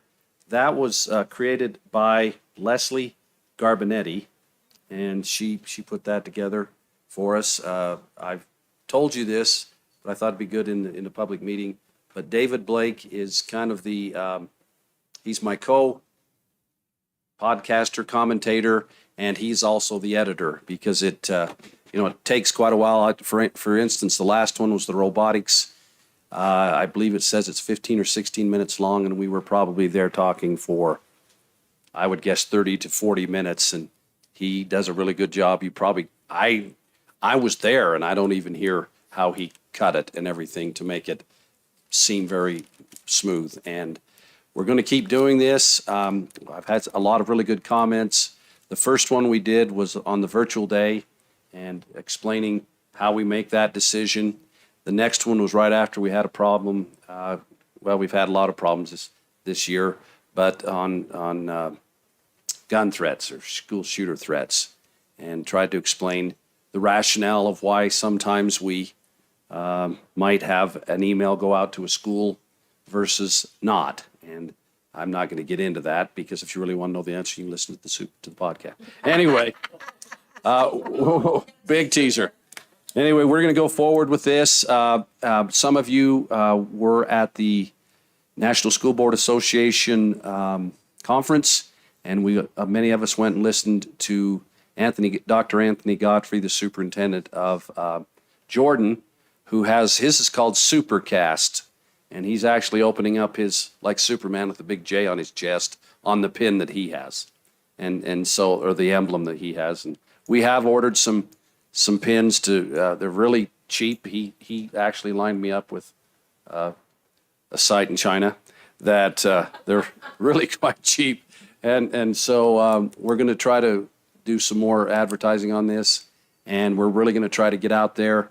We'll hit on hard topics. I asked David after the virtual day and the school shooting if he could lighten up on me a little bit, because he asked pretty tough questions. And that's, I was joking, of course, because that really gets to the meat of what we're trying to discuss. But we're going to use this mostly as a positivity tool. We did, David happened to have a daughter that was in the Box Elder Middle School musical Camp Rock. And so we went over there and talked to 3 students, and the 2 co-directors had a blast doing that. I sometimes forget maybe why I got into this profession, and getting to talk to kids and ask them questions really is fun. And, to get to see them lighten up. And I asked the question in Camp Rock to a young lady. She's a daughter of one of our school teachers. I said, so what is your role in this musical? And she says, well, and I forget her name, but she said, I'm the love interest to the main bad guy. And I thought, who says love interest? Anyway, and then it was just really a blast, and our 2 directors really did a good job. And so we're going to go forward with this, and I presume as we get through, I'd like to end up talking to all the board members. We'll probably have a couple, 2 or 3 minutes. We'll ask you all some questions, have a 20-minute, and just say why you're on the board, what this means. So we're going to hit on just about everything. The superintendent from Jordan, I think I saw, was coming home last night, so I listened, try to get ideas from him. He's on episode 183, something like that. And he's had a lot of unique things. He actually has a special education teacher, a lady teacher, who's a world champion arm wrestler. And he did a podcast with her. And so there's a lot of cool things that we can talk about. So anyway, I just wanted to share that with you. And I'm just a new Apple phone guy. For all my life, I've been a Samsung, and it's his fault. So I still take his name in vain quite regularly, because even today I had to go over to Keith and I couldn't get to where I needed to get. But on my front screen, it says podcast. So I just touched it and I typed in BESD Super Scoop, and there it was. So because you hear wherever you get your podcasts. And now I know what that means because I hadn't listened to them that much before. So with that, Superintendent, how yes. many likes have you got? You know, I think the first couple, we had 200 or 300, and I haven't even actually looked at and David said, just so you know, David was a math coach in our school district prior to his current job where he has, I don't know, how many hats does David have? 4 or 5, and he spends a lot of time. But he just was in awe of the fact that we had 200 or 300 views, I guess is what likes or views. And so I haven't even looked at that number on the last 2, and I would presume that, and I feel a little guilty because we do have somewhat of a captive audience because we do send it out to those 6,000 households. So they don't have to click on it. So I hope people, and I've had a lot of people that, hey, thank you so much. That was really good. And if you guys can come up with ideas, thoughts, shoot me an email and we'll get out there and we'll super scoop them. Okay. Thank you. Superintendent? Yeah. Who did the logo, you said? Leslie Garbanetti. Is that a student or just? She is our instructional coach, Box Elder Middle. And she has a business that she does signs and wraps and things like that. So, Very good logo. yeah, it's the train. Yeah. And the pin actually takes away a lot of that black background and just kind of has the round. And I haven't seen it yet. We ordered it a couple of weeks ago, and it said it would be by the way, it should be coming soon, and we'll get y'all a pin, and you can help promote it. And Gary, I hope you will wear it proudly. It's okay. I just saw you yawning, so I thought I'd bring you back to the meeting.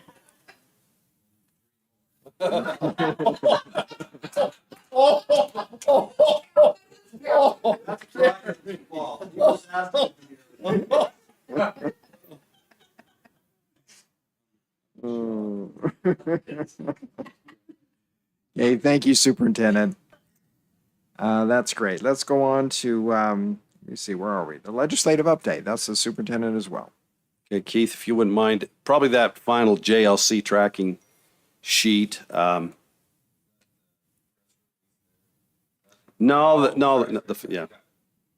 I'll probably get to that one. That tracking sheet is something that between the USBA and myself making sure that we got it, I would send it after. So you probably got it a couple times, and I apologize to those of you who did. But anyway, that's the tracking sheet of the 45-day session.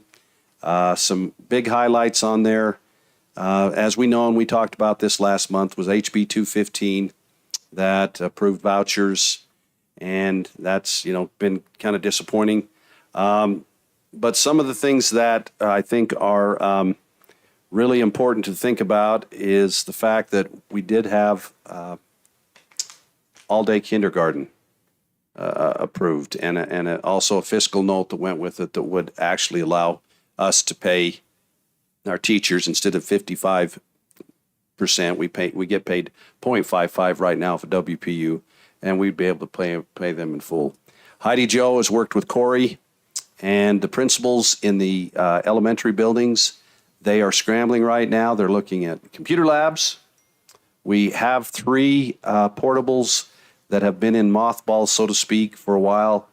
Corey has, I don't know if they've started, but they're certainly going to start soon and get those up to snuff and put them where they need to. But right now, my biggest fear about the all-day kindergarten was a space for them.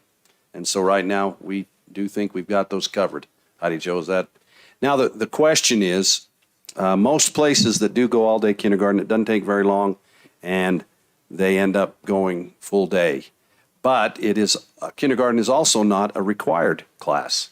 And so a parent can choose to go half day or whatever they want. Now, we've talked and we found out that since we're going to offer full day kindergarten, we are not going to do a noon run to take kids home at noon or to pick them up at noon and bring them back. And so we just felt like, and currently go ahead. We just found out from the state No. today I thought we'd decide. that we will be doing that run if we have a certain number. Of Certain number? students, right? 10. Yeah, and if there's 10, we'll either need At to a, do at a, run. s- at a site though, correct? Yes, at a site, or we may have to look at reimbursement and that type of thing, so. Have to be in close proximity, so it could be an help. Okay, thank you. I knew we were looking at that, but thank you for letting us know that. Superintendent, with that all day, does that increase funding because we've got kids all day? Yes. I don't know what the fiscal note was, but it basically allows us to pay a teacher, to get the funding for the other half of the day. Because right now, I don't know, what percentage have we had as full day? 40? And currently in our 40% of our kids do go full day. Yeah, we've been, every year we've been able to kind of up that a little bit. Is that true, Heidi Jo? Yes, through grants, yes, and so what this will do is allow us to get the full WPU on students. And Yeah, WPU is what it is. Yeah. Yeah, what we've been told from the kindergarten coordinator at the state is that we'll be able to put in for it on October 1, and then additionally, we can determine whether that's our cutoff, and we say, okay, well, you didn't come by October 1, so you stay at half day, or if, through the process of teachers working with parents, we determine students do need to go all day, we could bill back in May and June for those students that did come all day after October, is what I've been told preliminarily, but. And maybe just one more, I wouldn't say a concern, but something to be considered, and that is, if we build it, will they come? Yeah. We want to make sure that we have enough people, enough teachers set so that when they come, that We're ready. we have them. We build too many and they don't come, then we've overstaffed, and that's money we won't get, but yet we've hired the teacher. So with all of the schools that are sort of on the numbers seem, and by the way, we're doing a 3-year average like we always do. Last year, kindergarten was down, right? So we're looking at all these numbers. The schools that we feel really certain we're going to hire, and the ones that we're not certain, we're going to wait till kindergarten roundup, which I believe is mid-April. We're hoping that we still can get quality teachers after mid-April, but you don't want to overhire, because if they don't come, that's a problem. You don't want, if you wait too long, then you might not get the quality teacher. So we got a little balancing act going on, and we're going to do it. But that's sort of what we're handling right now. Would it be helpful to poll? We are doing Families. that right now. We've sent Oh, out this is good. notification to parents, as well as soon as we found out last week, we had an emergency meeting with the elementary principals. Of course, we knew it was possibly coming, so all departments were kind of working together to plan ahead, such as like Corey with the portables and the taking out the computer labs, and Robert and Keith and everyone. So that made it so that we were pretty prepared ahead of time to roll on plan for it. But How much? so the principals put it on their registration sites, because we have been collecting registration since February 2nd, right, Mark?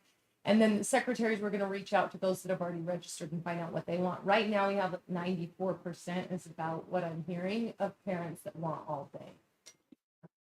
But again, we haven't heard from everyone, and it's only been 4 days. So I was down at the legislature the last week, got a phone call from my daughter-in-law that said, they just sent out a thing that Lakeview says I can put her in all-day K.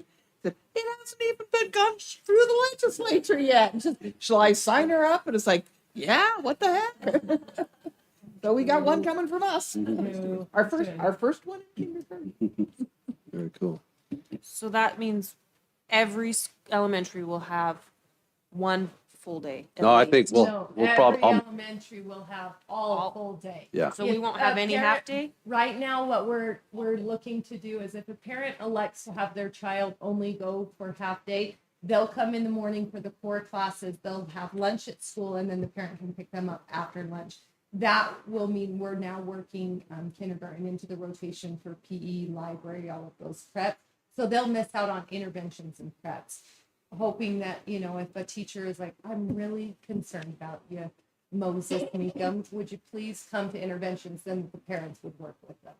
He has. My grandson's going to Century Elementary next year. So we don't have to. That's our plan right now, because that will make the option to balance the classrooms that way. It will make the option easier for a child who's emotionally attached to their teacher to transition all day without having to be displaced to another classroom, and it will alleviate some of the pressure on the teachers for those kids that are leaving at the end of the day. We're gonna try to balance it so that the option is there the whole time. So we're converting half-day classrooms to all-day classrooms. That's good. It's funny, this is a full circle moment for me because 24 years ago, my daughter Sadie was in kindergarten at Discovery. She was in a half a day, and Sharon Brown was principal, and they had just started the full day kindergarten. And they could not get enough kids in there because parents felt it would be a stigma that if you were in full day, you would look stupid, basically. And Sharon came to us and says, wait, is there any way Sadie will come in? We really need extra kids. And so we said, yeah, it's great. We want full day kindergarten, but we didn't think she could be eligible. We got her in there, and she's now a teacher at Discovery. So I think that's kind of a full circle moment. Anyway, it's a wonderful, wonderful program. Well, there's been quite a few statements about the districts throughout the state who found ways to, for instance, when I was at Carbon, we had full day kindergarten, and it just wasn't even a discussion. It was just full day, and everybody went. And I think there are big districts that currently, I think Granite might have been offering this for a number of years. And so they found once you build it, it'll come. Now, I'm worried about that first year, but I think after that, it'll just become pretty commonplace. Then to go on, I guess that was just one of them. Trying to think now, I've had a little brain freeze. What were some of the other big issues? Oh, the big issue, Keith, if you wouldn't mind maybe jumping right to that press release. We talked on December 9th, I believe, is when we met with our legislators here with our evening meal. And we talked to them about the earmark and of changing the income tax. Right now, the income tax in the state of Utah is set aside to go to public education. 2 years ago, Amendment G allowed a portion of that to go to social services for children. And right now, the legislature has come forward, and right now it's a resolution, because this is in the Constitution that the income tax goes to public education. And they've put forth a resolution that in November of 2024, they're going to have it on the ballot to have people vote to open up the income tax to basically free range for the legislature to do what they want with it. At the same time, kind of as a little bit of a leverage tool, they are also going to reduce the food sales tax. And so it puts us in a quandary of we've worked and they're still working. The legislative leadership has said that they'll still work with us. They really don't necessarily have to, but they are proposing there'll be a guarantee of how much the public education will get every year based on a variety of things, but one of the things being, of course, the income of the state, another thing being inflation, and, there's a lot of concern. The last 3 or 4 years, we've been treated extremely well. This year, they treated education really well with the $6,000 that goes to teachers. We figure about $4,200 of that will end up getting to most teachers in the form of their paycheck, where the other will go, of course, to taxes and benefits. But it is a concern. But the problem of it is we're in a little bit of a tough situation to ever vote against that certain, what is it, bill? What am I looking for? Thank you, that amendment. That was the word I was looking for. Because then we'd look like we were going against the food tax, the sale on food tax, which is, as most of us know, is the hardest on the most people that need it. And so it put us in a bad place of what should we do as a leadership. And Nancy and Tiffany have both been to many of those meetings, and there was a lot. We probably spent as much time on this as anything I can remember in the last few years, because it is a huge thing. And we're basically now, I think, because the governor will sign that resolution, and he's already told us flat out that he'll support the bill. And in all honesty, trying to be as rational as I can, our income tax has gone up just exponentially over the last few years, and there's a ton of income tax. It doesn't say in the Constitution that we get it all. It only says it can be used for that. And so that's partly where they build up the huge rainy day fund.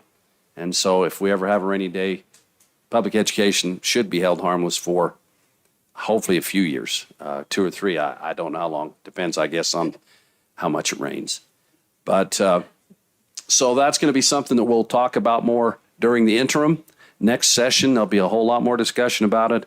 And we're just battling to try to have some statutory language that says public education will get X every year.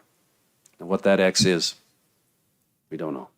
Superintendent, I was listening to a radio show where they were discussing this topic. One of the arguments was that education has reduced, that they've actually the funding towards education on this issue is reduced. And so if they do come up with a certain amount, that's actually better for education.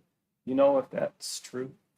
Well, because we weren't getting the full amount anyway. But it's not because the income reduced, Yeah. it's because we weren't getting the full amount. We weren't getting the full amount. And if they come up with a statutory amount that we'll get every year based on some factors, probably of how much actual the budget is, and then based on inflation, it is feasible that we could do okay. Yeah.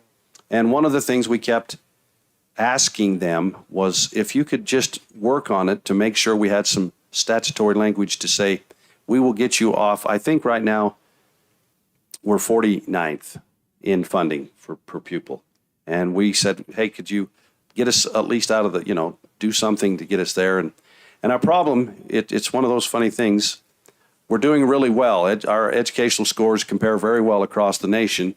And so they just say, well, obviously, because somebody in Connecticut, I think our average is somewhere in the $8,000 or $9,000 range per pupil. Connecticut's like 21,000. I'm shooting from the hip on those numbers, but it is pretty extraordinarily high. And so really, it's almost like we've done a good enough job in education that we've proven we can do it on a tight string budget. So therefore, why would we want to give you more anyway? So I see Nancy had some ideas. Well, and Tiffany can weigh in on this. So the last JLC, the superintendent and Dave were home wrestling alligators and great problems here in the district. But the governor came in and spoke to us, and he was very, very frank and upfront in saying, in all the years he's been in the legislature and all of the years he's been as governor, never once have they said, oh, gee, this money's supposed to go to education from the income tax, which we all knew anyway. But to have somebody finally admit it, and then my son, the attorney, is saying, why don't we go sue them? But that's a whole nother thing. But that's always been, we were supposed to get it, but we've always known it's been siphoned off.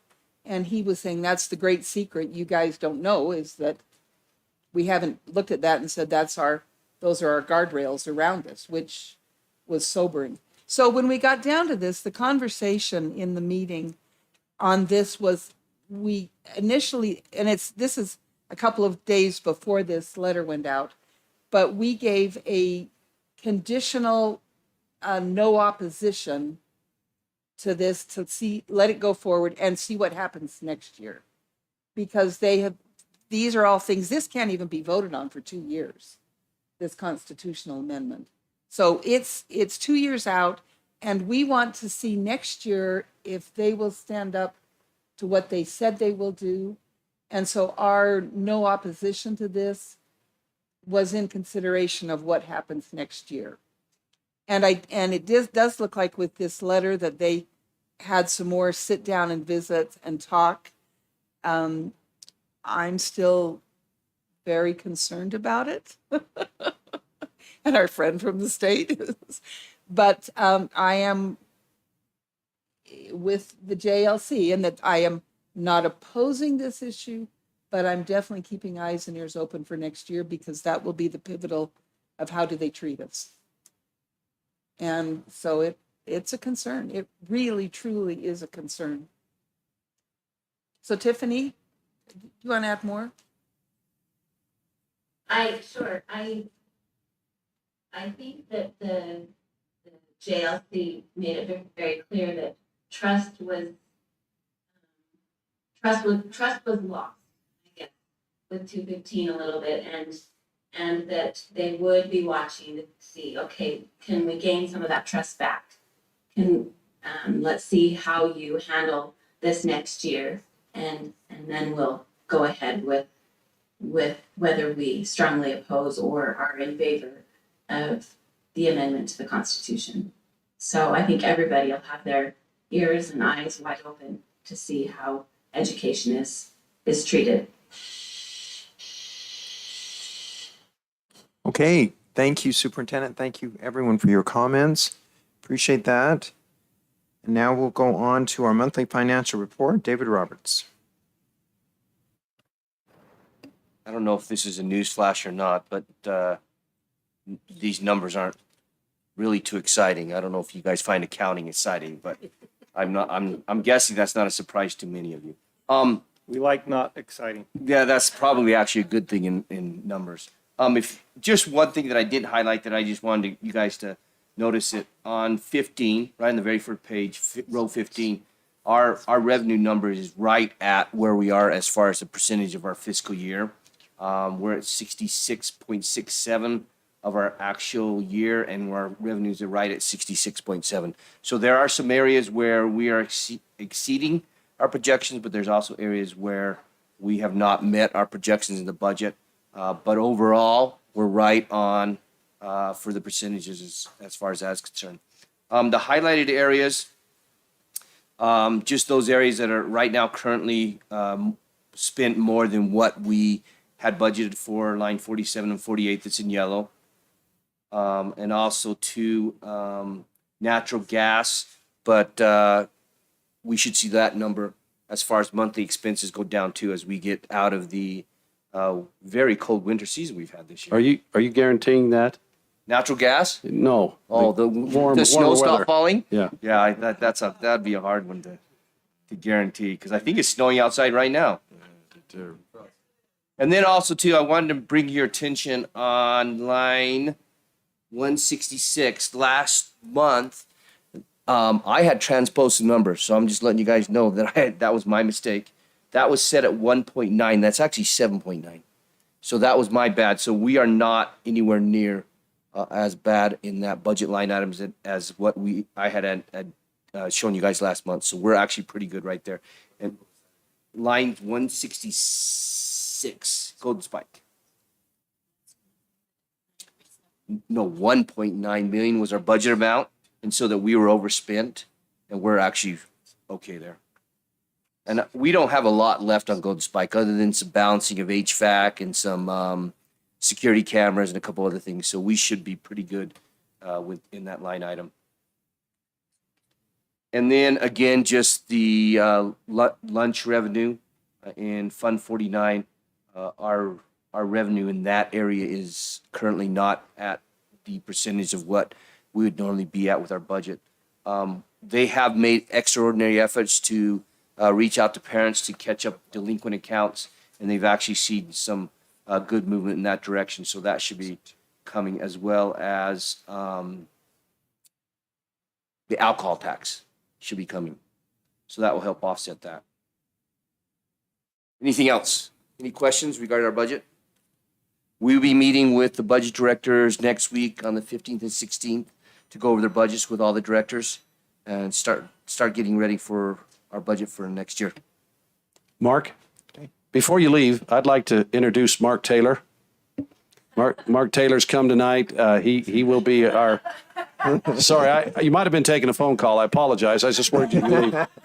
But I think most of you know Mark. Mark has been a teacher with our district a long time. And then he was assistant principal for three years at Box Elder High School. Now he's been at McKinley for 2.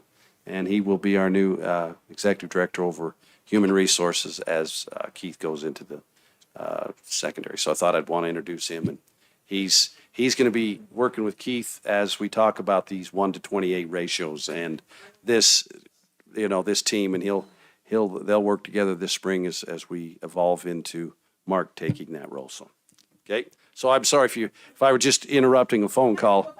Maybe your wife's probably saying, it's bring probably- home some yeah. milk or something. Congratulations, Mark. We're looking forward to working with you. Okay, and thank you, Dave, for that report. We appreciate that. So now we'll go on to our board committee reports and our student board member, Michaela. Do you have anything to tell us tonight? A little bit. Okay. So Box Elder High School, they don't have too much going on. They have a few assemblies in the upcoming weeks. They have their ACT on March 21st and a talent show March 28th. They said that third track kind of slows down, so if there's any projects or events that they can support, they would love to do that. At Bear River, they had their ACT March 7th. They have Dancing with the Stars March 31st, which is really interesting if any of you want to come. And then, like they said, they have a robotics competition March 11th. Both schools have prom March 18th, and they both have FBLA state competitions March 8th and FFA state competitions March 9th through 10th. And that's it. Okay. Thank you, Michaela. Thank you. You know, I want to tell you, I'm so impressed, Michaela, because we've had student board members before and they have told us about their school, but they've never, I don't remember making the effort to call the other high school and find out what's going on. So that's awesome. Yeah, Thank I you. was asked to get in touch with both student councils, and actually Box Elder replies to me and Bear River doesn't. So Oh, really? Okay, hey. it's a good thing that I know what's going on. Anyway, thank you, Michaela. We appreciate all of your dedication to that. It's greatly appreciated. Now, she might only have 2 meetings to go. If she can make May. May's kind of tough, I think, for seniors. So she's got you beat, Gary.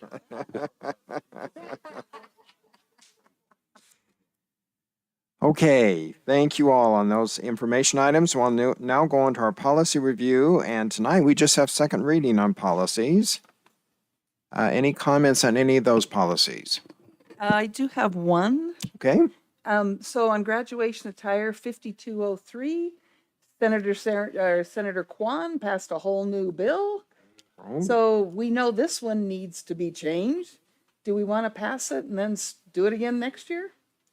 Do you think, do you think it's effective immediately or think it's for? I have no idea. I'll- Most of them are due in June or Yeah. July rather. Let me double check on that and Because that one is all ethnic groups. yeah. So you can dress, so this is just tribal. The one we've got is tribal and Alaska Natives and all, but Senator Kwan's is your ethnic group, Okay. which could be very interesting. Well, we can check. Help remind me, you guys, and let's get in. We can get into that tracking sheet and find out which one what it is and find out when it's supposed to go into effect. And I think where it's passed, we'll probably talk to our principals and see, how they feel about working with And maybe whomever. this gets us through this year's graduation, and then next I year would think we so, yeah. start Yeah, again. I So think so. maybe we Start just again. approve it as is now.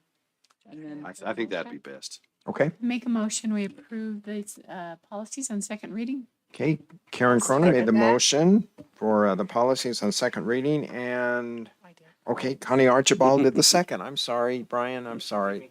Anyway, we'll get you next time, okay? Okay, all in favor, say aye. Aye. Any opposed? Okay, the motion passes. Now we'll go to the board discussion items. The USBA delegates, I understand this is a situation that Tiffany will not be able to attend. So I think Nancy is attending, correct? well, they changed the date. Yeah. Oh, is that So what it it's is? still- it's the Okay. last week now in August, Yes. right? The last week in And I think August. Tiffany said that she's already has plans that week, correct, Tiffany? Is that right, Tiffany? And I will still be in Norway. The reason I was able to go is because the first date was before the county fair, and my son has a project. He has a hog, we do hogs every year at the fair, and so when they changed it back to the fair dates, then I'm not able to go. Unfortunately, I was looking forward to that, I'm sorry. And you're, Nancy, you say you're still in I'll Norway. still be in Norway. So, Oh, Sorry. So so Connie, Okay. you are going. So I don't know if we have an alternate to the, I'm one of the ones for the region. the region. so that would have allowed us 3 then? So Connie, you're going, right? You're an alternate? Okay. I'm an alternate. So we need one more? Or are we okay?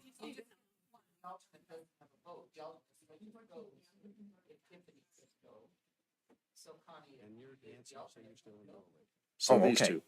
So Okay. Julie and Connie will go. Now you have that date? I do have It's, a date. okay, it Okay. came, okay. very Okay. good. And I know Tiffany, it's- Tiffany will have to catch you next year. Yes, thank you. I apologize and thanks for stepping in.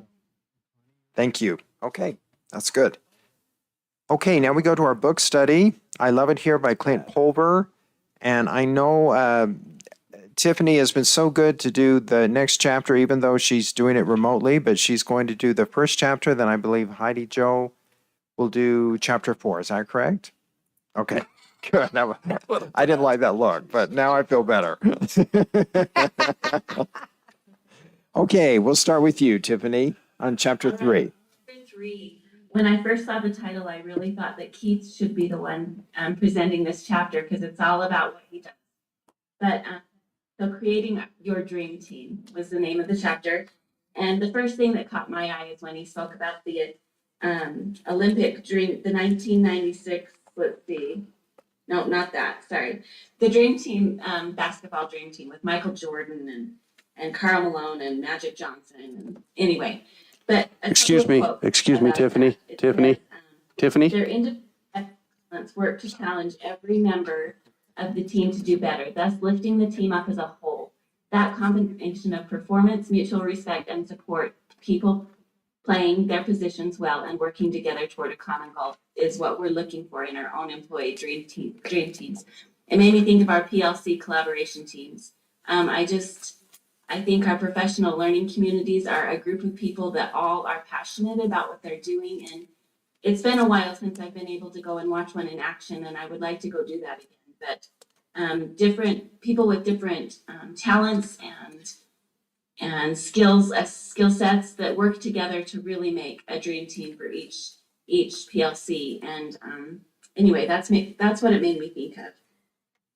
One more quote from toward the back of the chapter. They said, if you can better understand the ambitions, wants, and motivations of an employee, you can match those ambitions and skill sets with your company's needs, creating more opportunities for you to help connect that employee to, and made me think of the PLCs in action. Different people with different skill sets, different ambitions. I guess their ambition is unified in doing what's best for their students. But anyway, I think it spoke a lot to our collaboration teams. Okay, thank you, Tiffany. Appreciate that. Could I just interject something, Tiffany? Can you hear me? You left out the greatest one of all, Larry Bird, off the dream team. I'm so disappointed because I'm a football guy. Yeah. Oh, dang it. I'm a football guy. I played football. I love football. I did play high school basketball, but my favorite athlete of all time is Larry Bird. And I just still like to, yeah, so. Okay, I'll forgive you. Okay, thank you, Tiffany. Okay, Heidi Jo, chapter 4. Okay, so while I was reading this, there was a lot of really good information in here that kind of stood out to me. One of the things that really struck me as I read this chapter was just how much I appreciate the opportunity to serve on the district leadership team and the mentoring that's been happening for me through these 3 people, Gary, Keith, and Steve, and just what good models they are of this chapter. I'm going to start by just talking about, it goes through the 4 managerial types, and obviously it elevates the ideal managerial type as being the mentor manager, where you have high expectations and standards for people with high connection and empathy. Just this afternoon, Steve was down in my office asking about one of his employees and how they're doing, and if some of the that's having medical problems, and if some of the things that we've kind of asked them to do, set them back in their physical recovery. And I just think that's a really good model of that. behavior. So on page 56, I loved this part where it said, when you're doing work that makes you crave the result, the negative aspects of that work become more tolerable.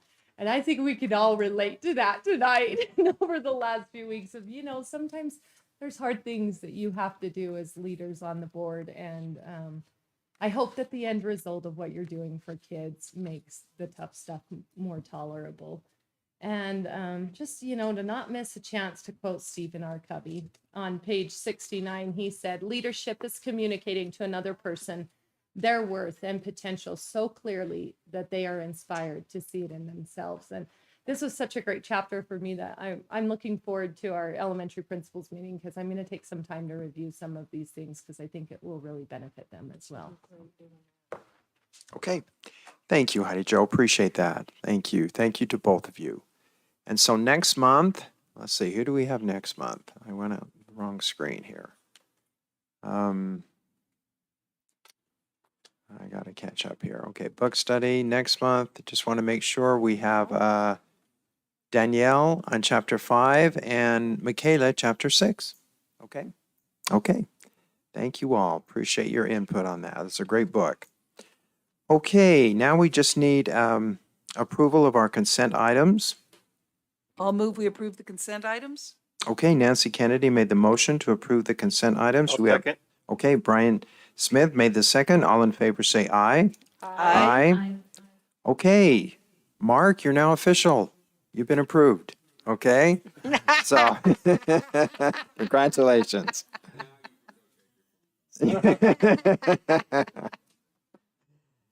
Okay, suggestions for future board meetings? Anything we want to add there? So, Superintendent, I think Keith hit it right on the head that as we work this schedule, we're going to need to continue to see how it goes, tweak it. I'm not sure how you intend to do that, if we're going to have to just wait until we start doing the schedule, or there's some things we could do now. And then also the discussion with, we need to support the 45%, almost half that want later. So we need to continue to look at that, and I'd like to know how we move forward with that. Thank you. When we first started the pandemic and first started into doing some online school, I was really excited about the hope to go forward and expand that. But with our Edgenuity background, it just didn't work out very well. And so I'm excited to look at this BYU online. Also, just an FYI, David Blake, who I work with on the podcast, has a brother that teaches in Nebo, and he teaches a couple of those online classes in Nebo School District. And it kind of sounds like the same model that we're talking about. He teaches a lot of just in-person classes, but then I want to look at the online, but then also look at that 7th period and start talking to teachers. And I think it's really time, and this is going to really behoove us to get out of the box. And I appreciate your consistency on trying to get us to do that. You've been very patient in getting us to move forward. So I appreciate that. Can I just add, I Yes. think it would behoove us in September's school board meeting, and October school board meeting, to get, how is our busing happening? Are we getting too early? Are we too late? Is our times what we're hoping? I just think it needs to be a topic. Doesn't have to be, and I don't know if I would ever say it was a, as we get information, then eventually it potentially could be, an action item, but I think it needs to be moving forward. We're going to have to analyze that, I think, all year. I have a question. When we talked about some of the concerns of like early drop off and those kind of things, having supervision in the schools, is that something that is going to be building by building, or is that going to come from the leadership team as a directive, like we need to have? That's my question on, is that something, and do we need to approve that, or is that more of a?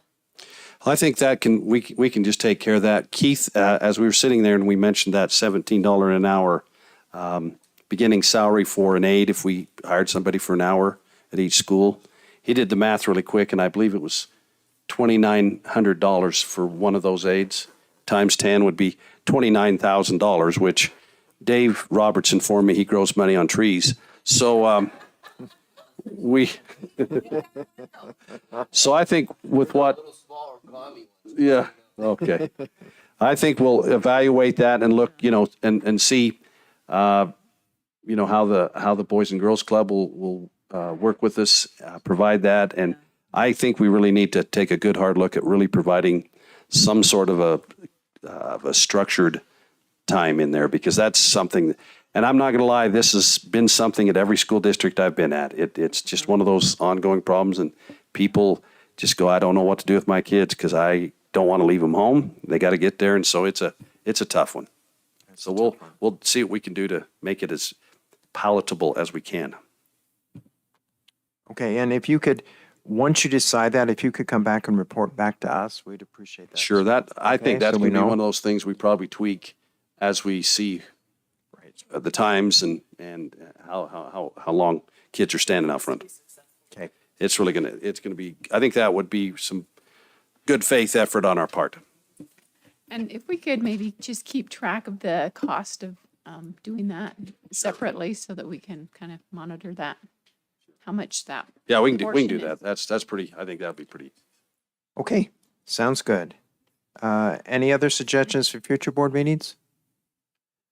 Okay, upcoming events, a USBA Spring Regional Meeting. I know you've all been contacted on that, and we have that list all ready to go of those that are attending. Can I just ask who that is again really quick? Who's going Everybody had a tomorrow lot of night? commitments this time, so. Brian and, is Dave, Brian and I? Okay. Well, we're safe to leave at 5:15 to get there, don't you think? Good with that? Okay. Yeah, here. Okay. I'll be going to Yes. the one on the 14th. Okay. That's where I'm going. I'll already be in Logan, so. But you guys could ride together. Well, I can look at my calendar. I could Well, get you're in the car. Tremont. I Francis is could in go Tremont. eat Yeah. another overpriced, high-calorie meal. I'm not tuned to not doing this. Is that over at Logan? Yeah, it's the elements. Yeah, that's nice. So, Yeah. You guys gonna force me. I feel bad. I'll talk to you. I don't know what my calendar is for next week. okay, sounds good, sounds good. Okay, just to, the NSBA conference, we've got that all booked. That should all be good to go. If not, talk to Marcy about that. Just a couple things to be aware of. July 12th is our board meeting, but also we're going to have a work session on that day, so we're going to start earlier as our usual summer board work session. We'll start, I'm not sure yet, 1, 2, something like that. So if you can just kind of pencil that into your calendar, and we'll get you more details that coming about that. That's on July 12th. Also, we have put the graduation dates and times on there for all 3 of the high schools.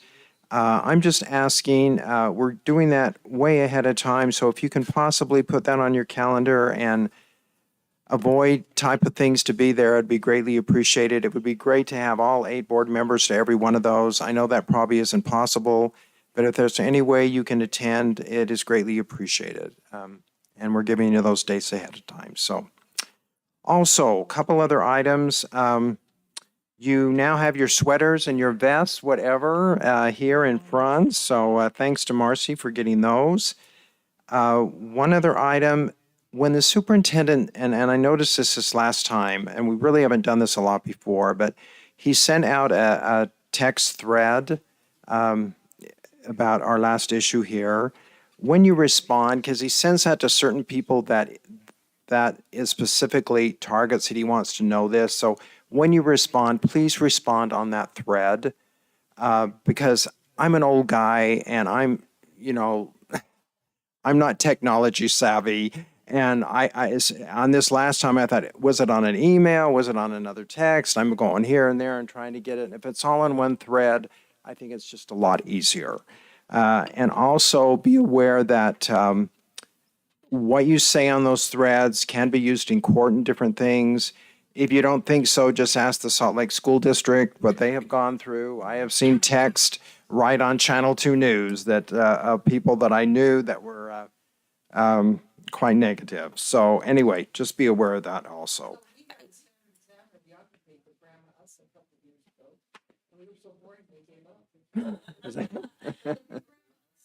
Okay. Wade, I Yes. think my email is on that thread because I don't get texts at work and it makes it hard to respond and to read them. Okay, well, So if we'll you just correct that put then. my text on there, I'll respond in the Okay. evening. Sounds good. You bet. Sounds good. And you know, I understand those things happen. We just want to get it so the next time it'll all be on the same thread. That's all. Okay? Thank you, Danielle. Okay, any other items? Okay, so we need to. Motion to adjourn. Okay. Karen Cronin made the motion to adjourn. Do we have a second? Brian Smith made the second. All in favor, say aye. Any opposed? Okay, we are good. I tell ya. Hey, Is the recognition letter somewhere along there? Dave, okay, just as long as I get it, we're good.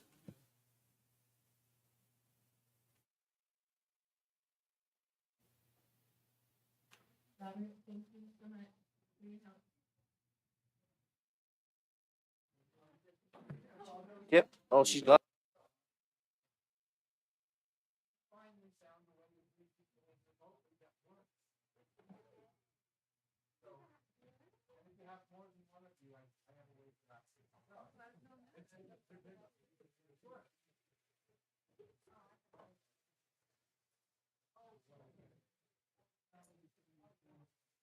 Hey, Sue. by the way, Superintendent, or would you thank Julie Hess? Because our pictures look great up there. We all look so handsome and beautiful up there. I'm just so impressed. So thank you so much. And we still have our group photo, and they're going to hang that somewhere. I don't know where, but somewhere. But if you would tell Julie how much we appreciate it. She did a great job. Be safe, Michaela.